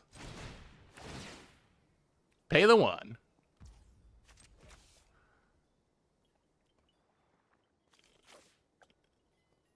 Discard the land. 1, 2, 3. Tinker. Sack the Talesman.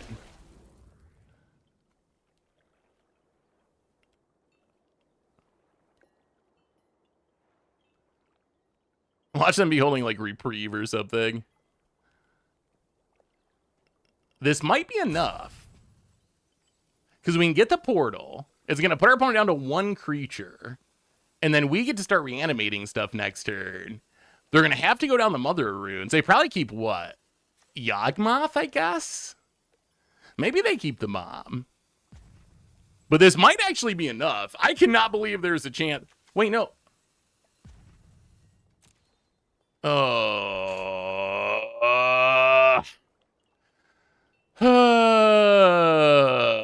Boy, our luck is so bad.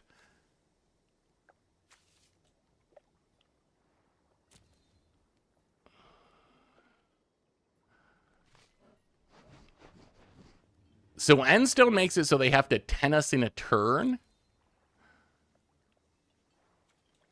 Triplicate Titan's big. Man, we need... Oh, boy, everything is coming up against us. 3, 4, 5, 6. All right, I mean, yeah. I guess we take the Endstone. And... do we start attacking? I guess? Actually, no. We're not going to start attacking. Let's pass. Well, we go up to 10. Not as good as Portal, but maybe enough to keep us alive for a minute. It'd be really nice if we could draw something to trigger it, which I guess is like literally anything.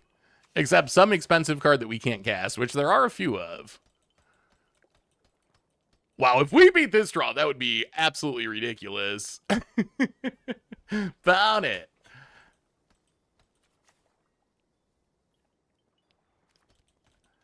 I mean, they can get in and hit us. It just doesn't really matter.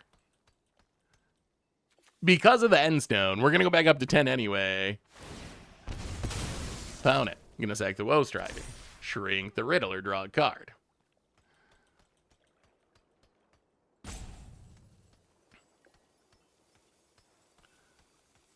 Bone it. Reading the Endstone. Oh, come on, deck.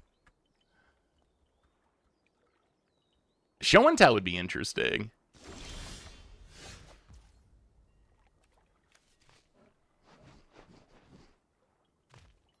Why did we draw 2? Why did we draw 2 cards there? What am I missing? Well, let's Ether Spellbomb.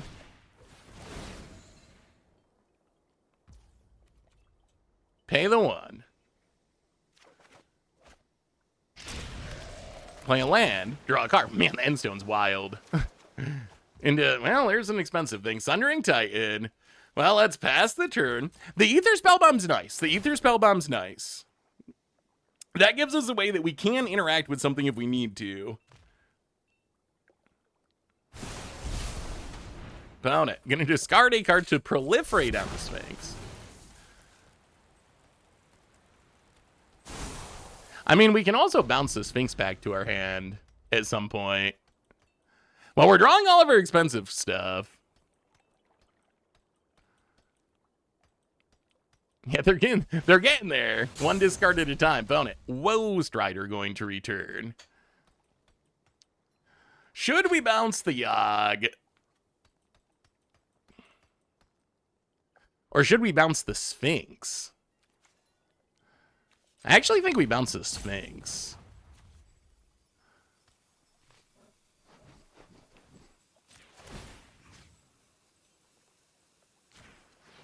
Yeah, let's bounce the Sphinx. This is going to draw us a lot of cards next turn. And our opponent can't kill it right now. So the opponent gets the Woe Strider. This is a little scary because it means they do have enough power now that if we don't do anything, they do have enough power that they could 10 us in 1 attack. Come on, deck. Come on, deck. Go loose.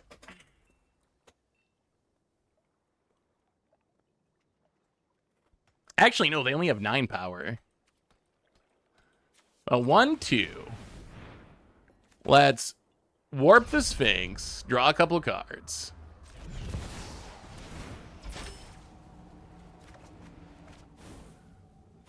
Draw a card. Draw a card. Play a Talisman.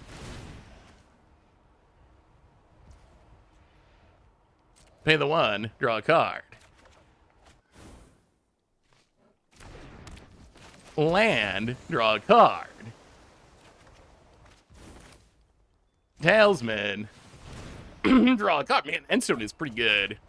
Ooh, and there's a Time Spiral. I don't even think we want to cast a Time Spiral, but all right. Well, oh no, we're friggin' dead. Our opponents, and they know about it too. You're right. You're right. Proliferate. Proliferate actually matters. Yeah, you're right. You're right. You're actually right. The mode on Yogg that no one actually uses, but it's gonna matter here. Yeah, I guess we should have played the Golos. Yeah, opponent sees it. Well, that one I will. Oh man, we almost overcame that. I will accept a pump for that one. You didn't need to bounce the Riddler. Oh, you would have paid it just full price? Yeah, I guess you could have. But then we get way less value. I think if we were going to do that, I would have just played Golos. Like, if we needed a blocker, I would have just played Golos. Huh, all right. Can we, for once in our lives, be the one to get a nut draw?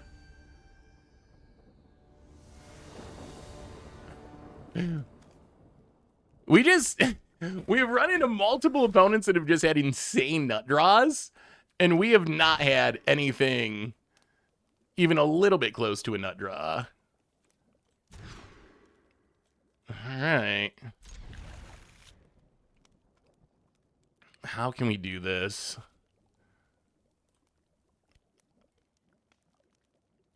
So Workshop doesn't make mana for... So Workshop Talisman. I mean, we got to keep Show and Tell Emrakul. That's the only realistic plan. I guess we just have to put Workshop to the bottom.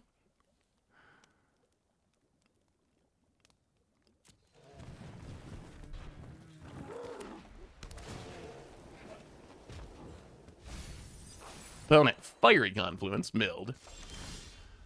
Well, play a land and play an Ether Spell, Bob. Go. Yeah, Workshop's a busted card. I don't think it's exactly the hand for it. Oh my god, they have blue mana, all right. Sure, opponent passes. We play a land. Play a Talisman. They're sitting on counters. Oh man, all right, pass the turn. Well, I mean, if we can Show and Tell an Emrakul, we do win. Can we Show and Tell the Emrakul?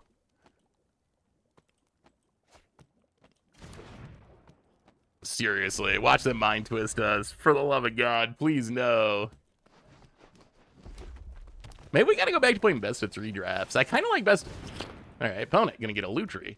All right, well, let's see if they have a Force of Will. Well, all right, opponent. Let's do a little show and telling. Watch them have a way to beat this. If they have a way to beat Show and Tell Emrakul, I'm gonna cry. I'm literally gonna cry. All right, we will put Emrakul the Eon Stored into play. Opponent.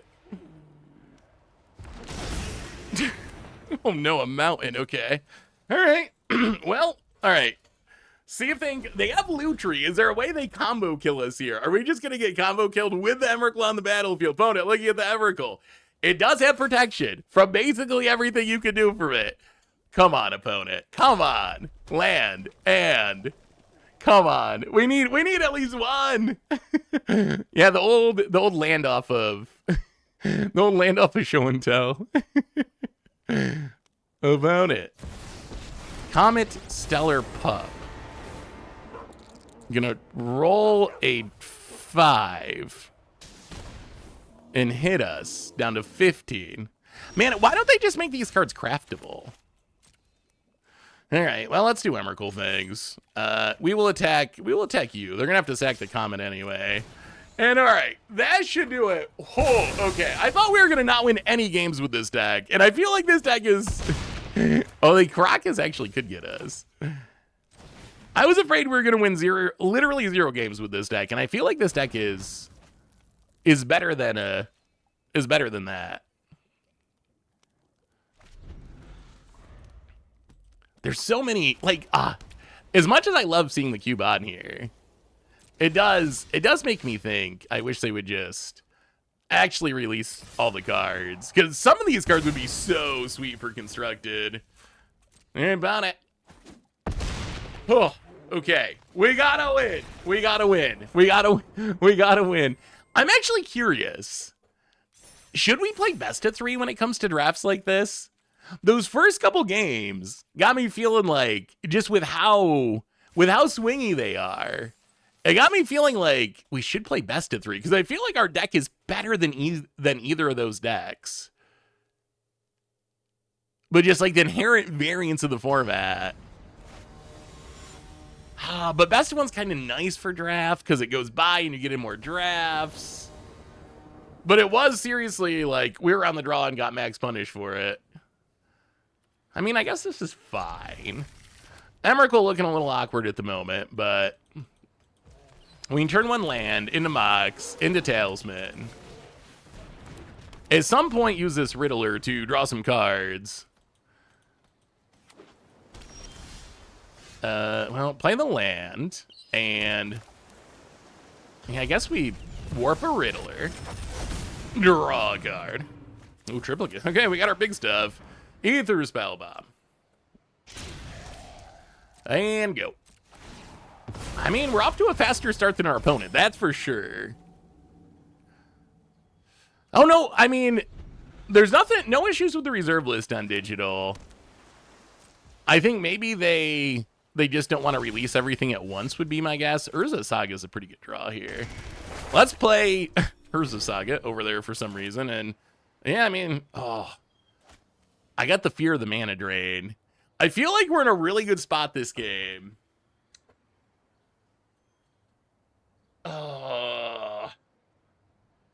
I feel like we're in a very good spot this game. One way I could, because this Urza Saga is going to do some serious work. One way I could see us losing is if we Quantum Riddler. If it gets countered, whatever. But if they have literal mana drain and they get to make 8 mana next turn, that is a way we could lose. And I feel like we're just going to pass. We're actually just going to pass. It feels bad, but I think we don't need to risk getting mana drained here. All right, opponent's got a Mox. Because the Urza Saga is going to be so good, opponent Swamp and passing. We're just going to make some, ooh, and a Workshop. All right, 1, 2, 3, 4, 5, 6, 7. Let's not show them the Workshop yet. Let's play an Island, pass the turn. I think we can actually play Triplicate Titan next turn if we want to. Opponent Swamp and passing. Well, let's make a construct. About it. Going to kill the construct. Well, no mana drain mana. Let's untap.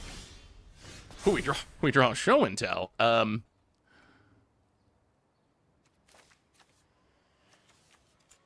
1, 2. Wow, we could actually just go for the win. We could try to show and tell Emrakul and put the boots on it. That seems pretty unbeatable. Yeah, I don't know why they put Urza Saga off by itself. I mean, we don't got to worry about getting mana drained. You know what? We're gonna go greed. We're gonna see if we can actually do something big here. So let's just float a mana. Urza Saga can go away.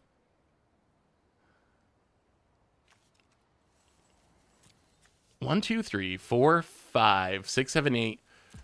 Yeah, let's just take the boots. Play the Workshop, and yeah, we're gonna go for it. Show and tell. Show and tell, opponent. You can't mana drain us. Do you have another counter? Oh my god, they don't. How about an Emrakul, the Eon Storm? And opponent has a Tishana's Tidebonder. Fine. And then Das Boots. And opponent scoops it up and okay. Okay. It's going a little better. It's going a little, that's what this deck should be doing. Yeah, maybe it makes sense to put the Saga off by itself. It just looks funny because I'm used to thinking of it like a land, but all right. We got out of our rough start. We're back in our winning ways. I mean, I think the deck's actually decent. I don't think it's like the best cube ref deck I've ever had, but I think it's actually like a reasonably solid artifact deck. Could use Tolarian Academy. Tolarian Academy would be super sweet, but do we have any new spoilers yet? We are 25 minutes from spoiler to, oh, we do have a spoiler. How is this hand? We're on the play. Sundering Titan's bad. Skydiver could be okay. So turn 1, nothing. Turn 2, ramp. Turn 3, steal. Turn 4, Golos. Yeah, we'll try it. We're going to trust that the Skydiver is going to help us here. Not the most explosive hand. Well, Island, go. Okay, that's good. That's what we wanted to see. Something we're stealing with our Skydiver. Unless our opponent just pops off. And opponent, Dignuma, the ignoblest of hierarchs. And Concealing Curtain. Well, play a land. Play the Talisman. That's kind of awkward. So he can flip this and Thought Seize us? And opponent's going to go for it. Flip. Take a peek.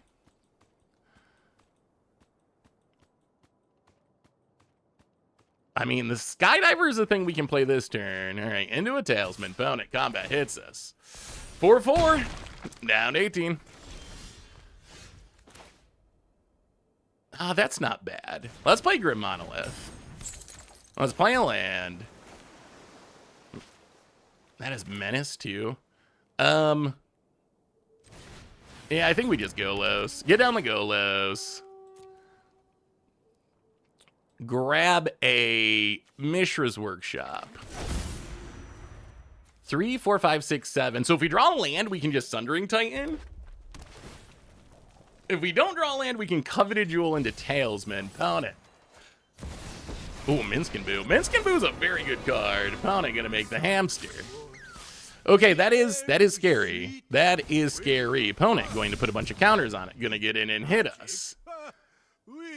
Oh, we might be in trouble. We might actually be in trouble. Opponent hits us down to 12. We do not draw land. Oh. All right, Coveted Jewel. That's all we can do. Draw some cards. There are the lands. Play the land. Ah, that's actually not the worst. Might Stone and Weak Stone. Kill the Hamster.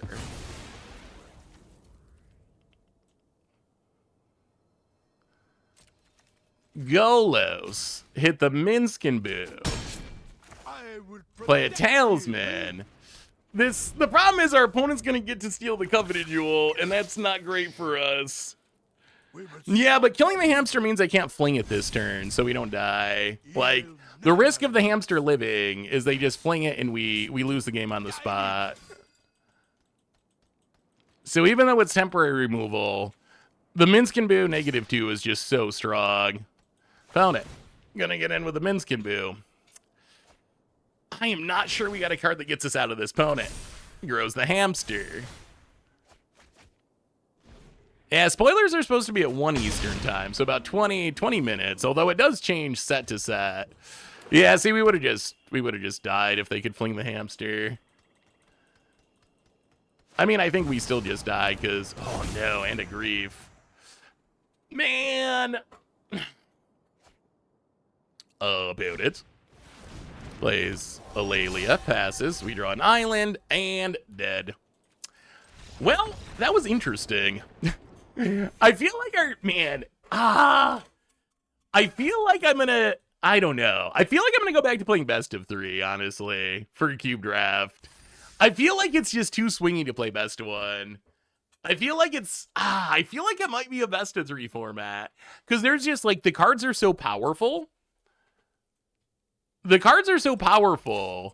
that it's very easy for someone to have, like we saw in some of our games, that just like, I open the Black Lotus. I have Mind Twist in my opening hand. Oops, I went on turn 1. So I almost wonder if you need to have the best of 3 experience, because I think this deck's actually very solid. Like, you could use a little bit more interaction, maybe, but I think it's a pretty solid deck. I don't think that's true, though. Like, too much mana, not enough sinks. Like, there's a lot of, if anything, playing the deck, I felt like, man, we always have like a 6-drop or an 8-drop in our opening hand. I feel like there's a lot of top end in the deck. All right, let's see what this now. The spoiler doesn't seem to be anything. I mean, we can do another draft, although there's no way we're gonna get the gameplay done because it's gonna be spoiler. It's gonna be spoiler time. Oh. Huh, what do they give you? Random packs as your reward? Interesting. But we can do another draft for fun. Spoiler, Unlucky Cabbage Merchant. 2-mana 2/2, so Grizzly Bears. When it enters, you make a food. When you sack a food, you can search your library for basic land, put it into play tapped. Wait. Oh, no, that card's actually kind of wild, isn't it? Wait, whenever you sack a food, whenever. And it doesn't say you have to actually spend mana to sack it. Wait, is this card not kind of insane? So you can play this, have a few food on the battlefield, sack them all to Umbral Collar Zealot, and just ramp for every one of them? Am I misreading this card, chat? This card actually seems insane to me.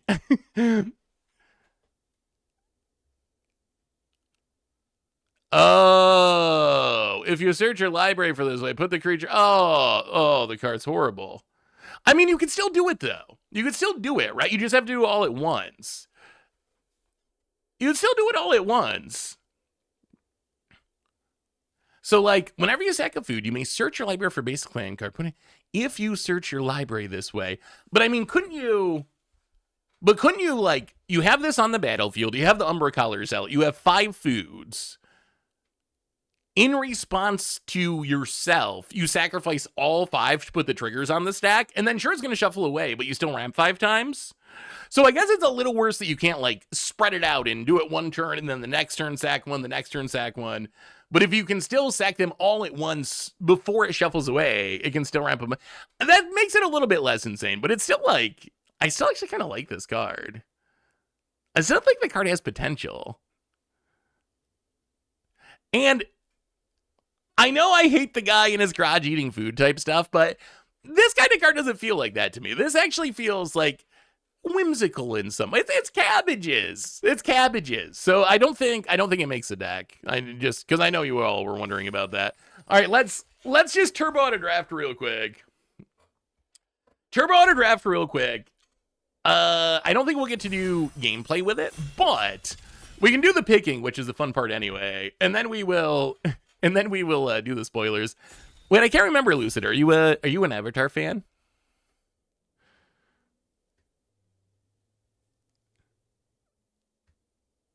You could flicker it in response to. That is also true. The whole setup, though, it's like old timey. It doesn't. If it was like a cabbage sitting on the sidewalk in New York City, as a stockbroker walks by or something, I'd be like, eh. But it's like in the past, and like they got funny clothes on, and they look like they lived hundreds of years ago. I've watched about half of the first season so far.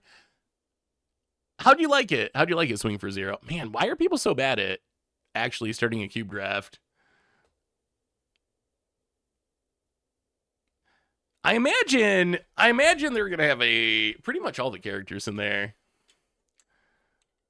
Real question is the verbiage put on the bottom then shuffle instead of shuffle it into its owner's library. I would have to ask someone who knows Avatar more than me. Is that an Avatar thing in some way? Like, is there some reason that the Cabbage Merchant goes on the bottom of the, well, all right. Easiest pick, well, no, not the easiest pick ever, but a pretty easy pick. So, in our Pack 1 Pick 1, cards that are actually interesting for Pack 1 Pick 1, not a lot. Like, if you want to be greedy, you can take Stoneforge. There's always the option to just be the cube drafter that's like, I'm going to take every red card, and I'm probably going to win the pod, but I'm not going to feel good about it because all I did was attack with with Goblin Guides and didn't do anything cool. But I can see if you're drafting the red deck, I can see Monstrous Rage being in the conversation. But really, I mean, there's Ancestral Recall. Drawing 3 cards for a single mana is one of the most ridiculous lines of text on any Magic card, and it's even instant speed. There's no world where we're not taking the Ancestral Recall. Like, yeah, I mean, I even think if you want to be the mono red deck, I actually think you still take Ancestral Recall and you splash it and you still play all the burn spells. I think Ancestral is just that good that it's just totally worth it. Ooh, Pack 2. So Ancestral can go pretty much anywhere, from aggro to control to storm. We could be anything with Ancestral. This pack is much less exciting. Prismatic Fist is actually good fetch land. Third Path Iconoclast, if we want to try to be some sort of Spellslinger deck, it would be fine, although I still think it's kind of mid. Mana Leak is fine. Fleam is cool. I feel like Fleam is just hard to use, but I do like Fleam.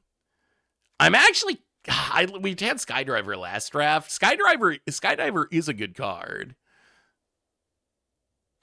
Hexmage, you really need to get the Dark Depths, I think. It can't be Planeswalker removal. I don't know if I want to take a double black card. We might just take Skydiver. I could also see just actually taking, yeah, Mana Leak's fine. We didn't have much defense last draft. I could also just see taking Prismatic Vesta. I'm pretty sure that the Hexmage will probably come back around. Unless someone already had opened the Dark Depths. It's not really a card people pick highly. Well, I mean, Uro's good. We could go like hardcore blue-white control and play Karakas.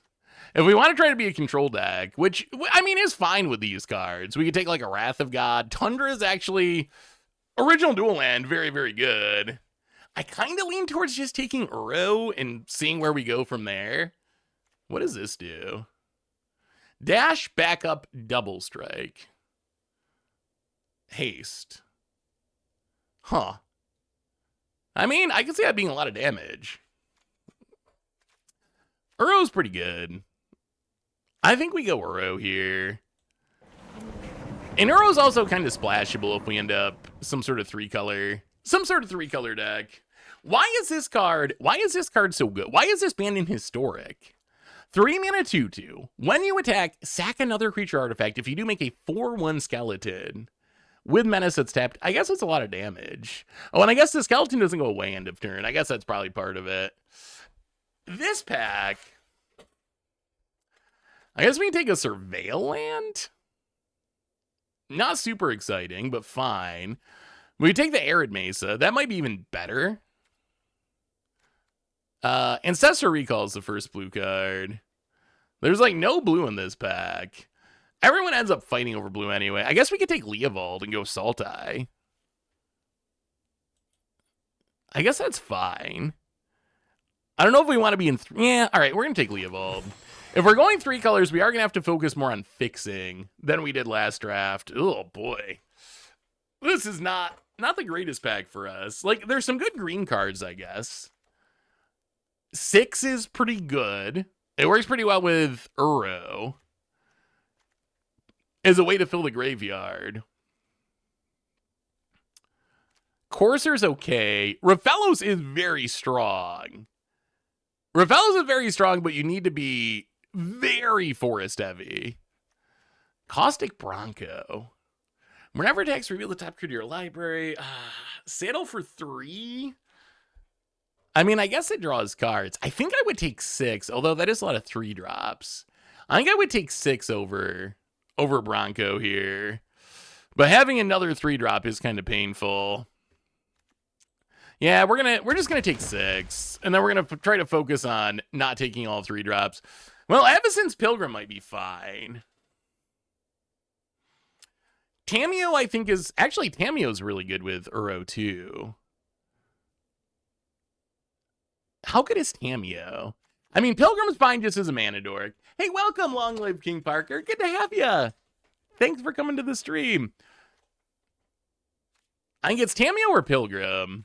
Or, actually, no, Underground Mortuary is good. Tameo the Recall. That is true. Even getting back mana, and it fills the graveyard for Uro. Yeah, all right, let's... I'm a little worried about, like, how expensive our deck's getting, but... This is probably a pretty easy subtlety.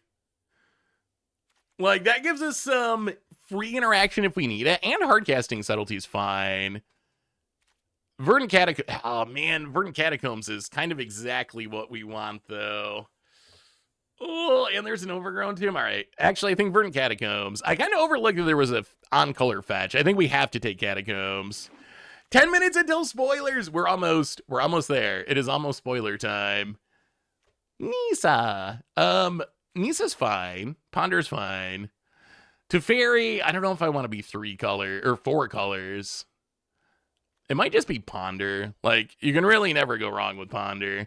I started playing Magic with original Ravnica 2005, so it's been like 20 years now, which is kind of wild when you actually think about it, I guess. As a new player coming into the game, I like playing red and green. I think I'm gonna take Tar Pit here. Keep upping our fixing, and I think Tar Pit. Remember last draft when we ran into a Teferi that we couldn't deal with? I actually really like Tar Pit is just like a safety valve for stuff like that. It's a land that's actually pretty good at attacking planeswalkers. As a new player coming into the game, I like playing green and red, with my boss monster being Thundering Raju. Any tips for my deck? Ooh, Thundering Raju. Well, maybe we get our Skydiver anyway. So, Thundering Raju, I would focus on... So green and red cards that put counters on things are going to be very powerful with Thundering Raju. Or I'm not sure what the style your deck with is. If you're going more like auras and equipments, but any way to just modify more creatures is gonna make Thundering Raju even stronger because the more modified creatures you have, so counters or equipment or auras, the more damage it's going to be able to deal. I guess we take Battle Ball, even though I don't think we play it in this deck. How have you been liking Magic so far? Cliche. I hope I win too, although I don't think we're going to get a chance to win because it is almost 7 minutes. The countdown is on. The countdown is on for Avatar spoilers. Ooh, that's the Surveil. That's pretty good. We did a good job of getting some fixing out of this pack. And Bitter Triumph's actually a card that we would probably play in this deck. Wow, that's Lotus. That's okay. Okay, so once you draft a Black Lotus, the value of cards that cost 4 mana go up much higher because you can play them on turn 1. So we're going to want to keep that. I mean, we're taking Black Lotus. There's nothing else. Like, Dark Depths is cool, making the Merit Lage. We got by this in our last draft. Preordained's fine. But, I mean, it's Black Lotus. Like, how you cannot not take the Black Lotus. And then I guess we figure out what to do with it later, but 4 drops do go up in value. Ooh, Strip Mine. And there's also Polluted Delta. We could just have the best Flash even. We could just have the best mana base. I don't know if that wins us games, but I really want to take this Strip Mine. I really want the Strip Mine. Flash, I think, is actually pretty bad, unless you can somehow draft, like, the Protein Hulk combo. This Nissa's fine. Noble Hierarch and Lotus Cobra are also both pretty good. I really want the Strip Mine. I think the correct pick is Polluted Delta. I think this is the correct pick. But sometimes you just got to take the strip. You just got to take the strip mine. It's still early. Oh, there's crop rotation to get the strip mine. Sometimes you just gotta blow up some lands. Elder Gargaroth. This is not the Jace we really wanted. Mystic Confluence is just so expensive. It's not bad. It's just expensive. I don't think we actually want to crop rotation into strip mine. I think we just take Windswept Heath. Well, there's an Emrakul. And a Scalding Tard. I mean, our mana's looking solid. I feel like we don't really have anything to do with our Power 9 cards. Okay. Another fetch land. We need to find some... Whoa, that's a channel. Wait, could we be Storm? Could this be a Storm deck somehow? Grave Titan's okay.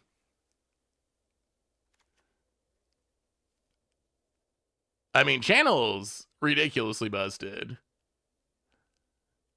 I don't know if we have the cards to take advantage of it. Mystical Tutor gets Ancestral.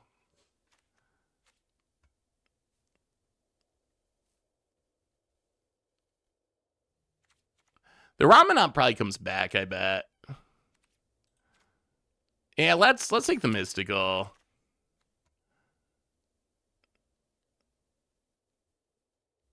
Archon. We definitely need... Rex Sage is okay.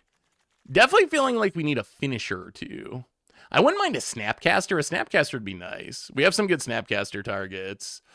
Rex Sage is definitely kind of mid, but Archon's just too much mana. I don't think we can realistically take Archon.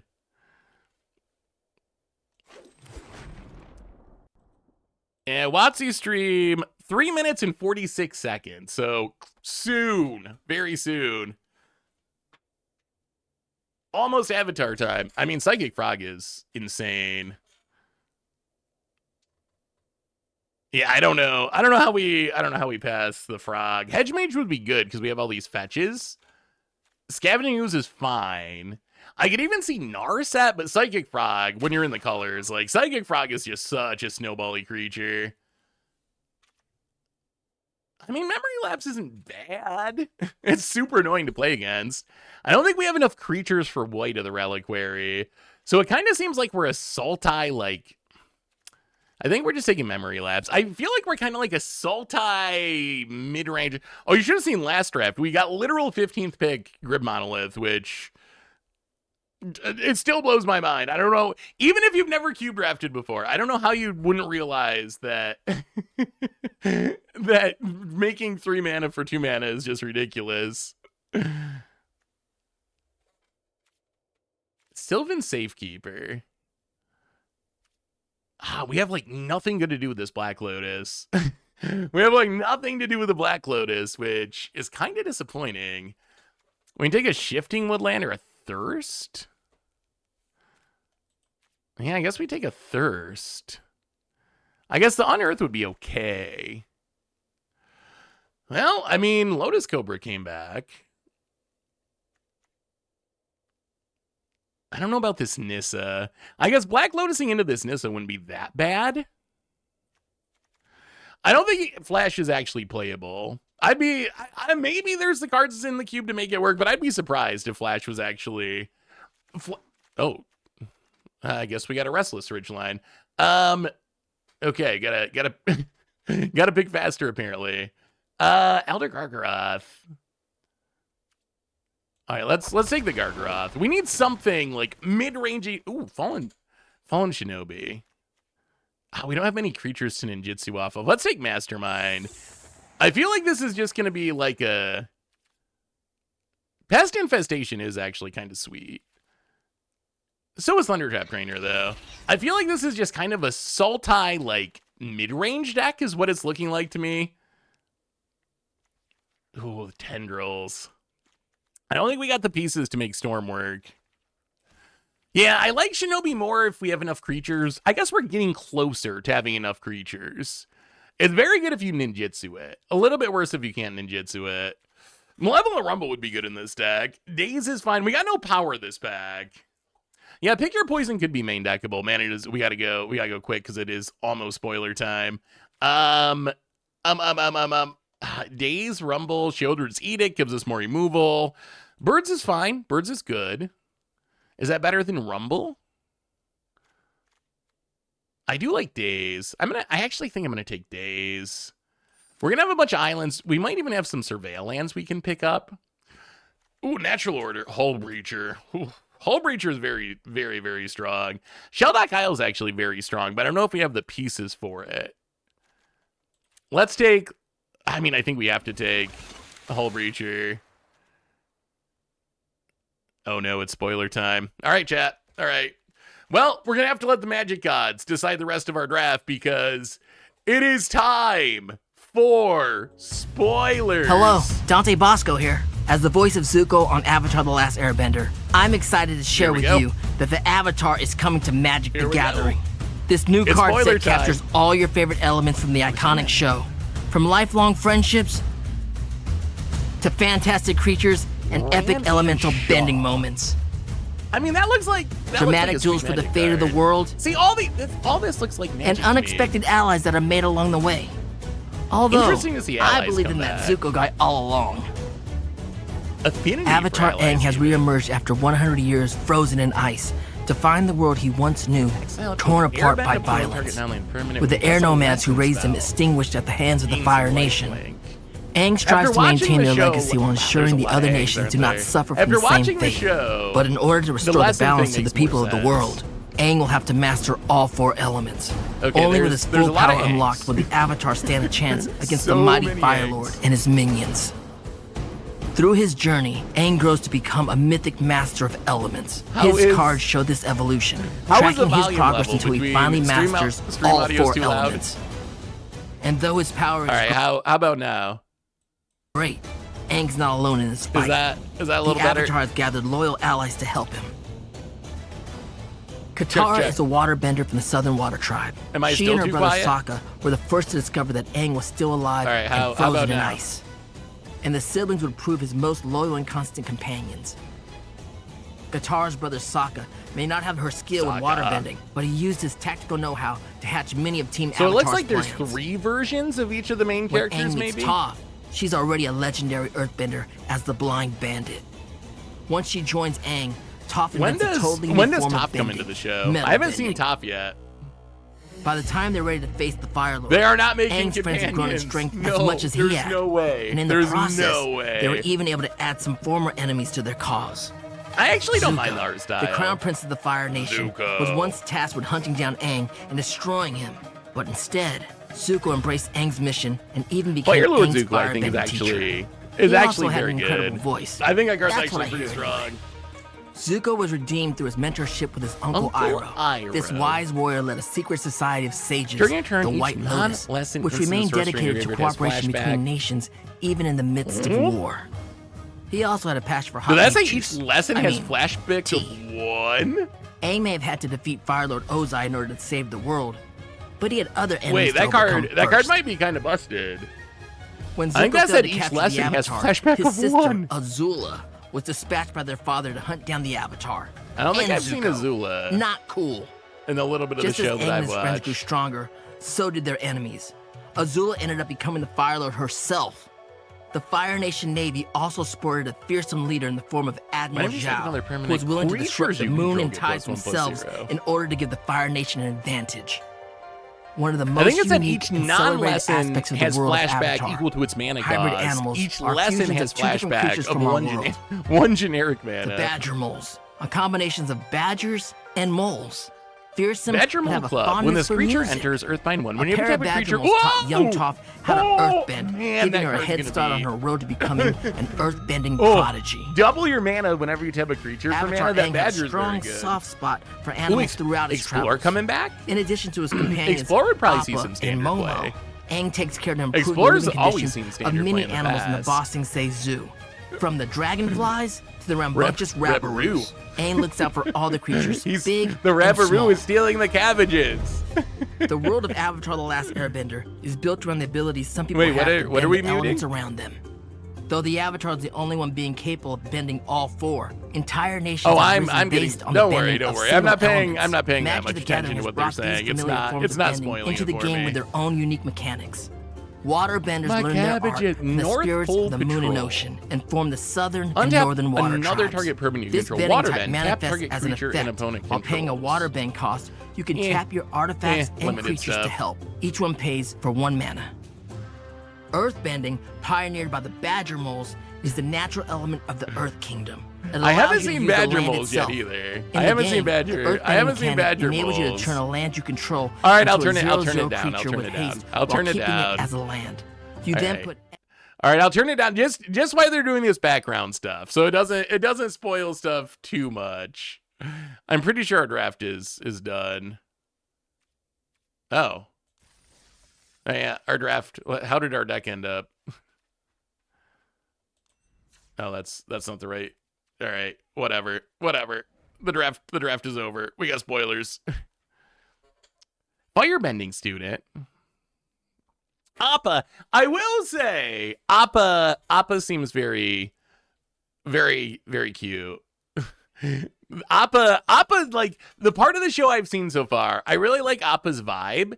Because he just kind of seems like he just floats around. It seems like the most chill character. story over each of your turns. Careful, He like though. doesn't really. Some He of just these doesn't seem to stories are care. bound to make you tear bend. Double face sagas have Is also Earthbend returned. generally busted Once you with reach strip the final mine? chapter, the Kind saga's of. Like it exiles kind of return is to because you the can get the strip mine battlefield back, as but I the believe it comes legendary back on your creature end whose step, story so was it's not like you can told. loop In it a this bunch of case, times, but you one could of the potentially avatars like preceded Aang, the Earthbend mighty to strip waterbender mine, strip Korra. mine someone, get it back, Avatar Earthbend it Aang was again. also able So to draw on it is pretty assistance from good. his friends I don't and think it's people more from other busted than nations in like his fight against the Fire Lord. Celebrating this, Boomy. I the haven't seen last him Airbender either. set returns the But I don't think it's more ally creature busted than subtype. like Ren and 6 or With something. this What do you think of enchantment, allies empower your coming allies, back? And for each player you deal combat damage to, draw a card. Allies Avatar coming back Aang and his friends kind were of also surprises forced me, to but learn it's a good many way to hard like lessons tie over the this course set of their into journey. old school Magic stuff. Lesson is a returning spell subtype down on instants and sorceries. Choose With one. this card, you can Target weaken creature one gets negative creature until or end of buff turn. another. Put a +1/+1 Or you may counteract choose to target do creature. both. One or both. That can be This a set blowout also has unlimited. many art and frame treatments, showing off the unique All right, style let's of the see. world Let's of see these Avatar: The showcase Last treatments. Airbender. Borderless Field Notes cards allows you to appreciate Okay. the creatures of Avatar, They look from like- the mighty dragons to the little Wait, where badger did we get mole these cubs. before? DTK? Meanwhile, borderless battle postcards highlight the martial fury of these benders. I'm actually not sure about and this things are Texas taken style. one step further with a neon guess it looks kinda borderless cool. battle pose. Zuko has never looked But so I'm kind of like on the fearsome. fence. Oh, it's Bloomborough. It's Bloomborough. There are Okay, you're also right. borderless elemental frame cards, highlighting the element of each character. Those look fine. Like, I think that set actually looks pretty solid overall. The borderless double-faced saga cards The shine a Legend of spotlight on both Crook. sides of these cards, giving you twice the Wait. opportunity to admire these moments from Avatar. This card type also includes Avatar Aang in a borderless raised foil, with art from one of the creators of Avatar, Brian Konietzko himself. That's gonna look pretty sweet in foil, I Borderless think. source material cards reprint How do you all actual like frames source of Avatar: material The Last cards? Airbender on the card I feel like itself. source material Here, cards in Twee past and sets. Law, Oh, Mystic the spirits Remora of the back. moon That's and a ocean hit. are Dark reprinted Depths. on a Mystic Oh, Remora card. that's Dark Depths on Or Arena. a That's close-up Dark Depths on Ozai. Arena. He We can teach literally Arena burned Zuko's Zubers face to about teach him a Mirror lesson. Age. Talk about a cruel We have tutor. Thespian Stage, right? We just don't These have cards Dark let you Depths. appreciate This has moments been in one the of my show favorite as they parts of recent actually sets. happen. Not the art. I'm From the kind of like first meeting meh of on Aang the and his source trusty material airbus in art, Appa, but this is one of the best ways that to we the get. very first We glimpse get some of busted Aang cards on himself. Arena. For those familiar with Dark the world Depths of is gonna be Avatar, fun. who are hoping to get into Magic, look They're no just like so further. hit or miss. The beginner box. I is thought the everything you Spider-Man need to ones play. actually look good. This box is the The perfect Final Fantasy introduction ones to I the thought rules were of the hit or game, miss, depending on the teaching you specific as you art. go and containing These everything ones- you need to play with a friend. Yeah. You don't need to buy anything else for learning Magic. Coming with Jumpstart decks, you can play out of the box, along with a game map to play on and an easy. But how is Aang Aang related to Cloud the and beginner box Sephiroth? allows you to dive into the world of Avatar with ease. That's the real question. Brother? And there are more easy ways to play. Uncle, nephew, the Jumpstart probably packs nephew. allow you to select any 2 of these 61 unique packs. Is that to Cabbage open. guy like very famous? By Why mixing is your the 2 Cabbage packs guy like together, on the you can packs? create a Is that like one of the ready-to-play most deck famous with parts one of the show? 46 mixed themes. I'm kind of surprised because it seems That's like a he's lot of probably options. like a side character. I'm Whether surprised you're how drawn much to a promo non-bender he's human with getting. martial abilities like Sokka and his skill with Each the space equipment spell sword, costs 1 less to cast for each ally you control. or fearsome spirits like They One go through Chi so Tongue, fast. who When collects enters, knowledge target from the non-land spirit permanent library. put into There's also lots of variety within each element. Firebending 1. When Fire Azula can come attacks, in you may vicious discard a card. and deadly Then you can form as experience used by counter. Azula, Experience who was able counter to for shoot each lightning player who from her discarded this turn. fingertips. Oh, that's a It can good way to get a also bunch be of a more experience balanced and counters. life-affirming Whenever a form, player attacks, as add wielded by 6 Avatar red Roku, until end of combat. the You don't Avatar lose before mana Aang. as steps end. Or in nature, like the bending used by Avatar Bang. Roku's animal companion, the Dragon Fang. Just as Badgermoles invented earthbending, dragons were the original firebenders. They show off so many cards. I personally wouldn't put any pressure on you, but you can't go wrong with Zuko. He is a firebending master after all. Whenever you cast a spell during The combat, spirit man, world it's gonna be also way has a great easier to get variety. experience Heibai counters. has That's for little sure. in common with One Chi Tongue, although Heibai. both can be intimidating when provoked by humans. They gotta So if have you you plan gotta on have the messing 5 with his color spirit, commander, right? Watch out. For each legendary enchantment If you are drawn to control. earthbending, you can play as another of Aang's past lives. Avatar Kyoshi, the avatar before Roku, was so fearsome in life that even 2 lifetimes later, Aang was still being accused of murder on her behalf. Avatar, say hi to And no everyone. earthbending deck would be complete Oh. without the Oh, self-identified you don't wanna greatest like Avatar? earthbender in the world, You don't Toph. like Avatar Cat? The Can't say that on Jumpstart the internet. packs People get also mad at include ya. reprints of existing cards remade in the Avatar style. Oh, wait.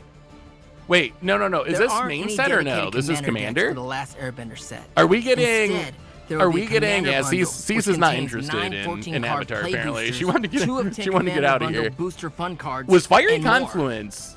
Wait, was Each that bundle main also set? Like, comes is that with in special standard? versions of Arcane Signet, Soul Ring, and Swiftfoot boots.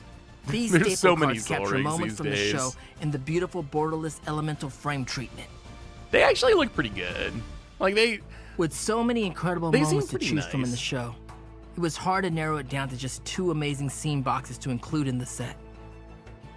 Kataro's reversal shows Counter up Katara to a mid-waterbending move, but once the other cards are added, Counter target. they show the invasion on the counter day up of to the 4 Black target Sun. spells and Between abilities. Sokka and Untap up Katara's to 4 dad, target Koda, artifacts or leading his creatures. forces on the beaches to Appa in his full What is? armor. To the That's gonna be a unexpected challenge return for the of set. the How do you swamp actually? This How do you scene has actually endless manage detail to? be admired. And though the day of How the do you Black actually Sun manage to did not counter 4 result in a spells? victory If for you can King actually counter Avatar, 4 spells at once, there are brighter that days is ahead. that is like the One of which ultimate was stack captured battle in the next scene. winner. Sokka and Suki are one of the iconic romantic Sock and pairs in Avatar. Suki. Jazz guy, 3 minute Though they 3 start 3. out at When odds, another ally their control enters relationship attached up to 1 blossoms target through the equipment you series, control that creature. When culminating equipment you control in them enters, create a reuniting 1/1 and ally helping creature defeat the Fire token. Lord together. I mean, that seems like This a scene portrays commander the happy in a ending for box. other couples as well. Jazz guy, Once Jazz the guy Fire equipment Lord has been commander. defeated, there's plenty of time for romance. Here we have Aang and Katara, and Zuko and Mei. Of Hammer course, time Zuko just keeps found getting love. better. Like I said, probably something to do with his voice. This scene captures the victorious moment at the end of the series where we leave the Aang gang ushering a new moment of peace and prosperity. Huh. Spoilers! You Spoilers! don't need to wait until the official release date to They get in on just the spoiled action. the whole You show. can play early at your local game store for pre-release They just starting the spoiled weekend of the November ending. 15th and 16th. This set features 5 Now different this seated just pre-release shows packs, how the show each with ends. its own element and theme cards inside. Wizards, so, wizards, even if you're new to wizards. Magic, you can know Yeah, that who you'll would have get to thought play the with good your guys win the favorite children's element. Check children's your local TV game show? store and sign up for the pre-release box of your choice.